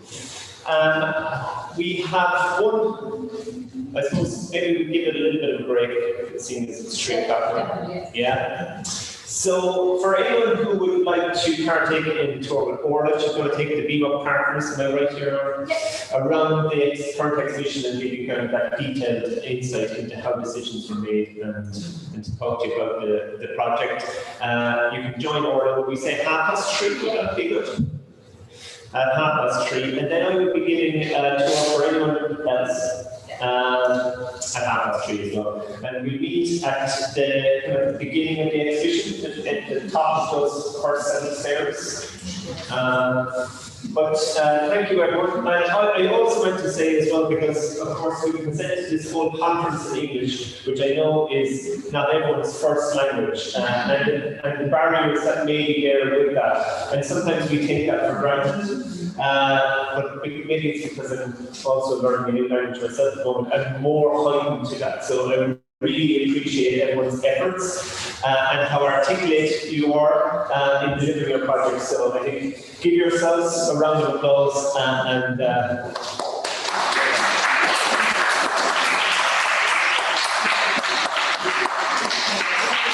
our visit doesn't finish today, so we will have more opportunities to connect, but we will meet at 3:30 for tours at the top.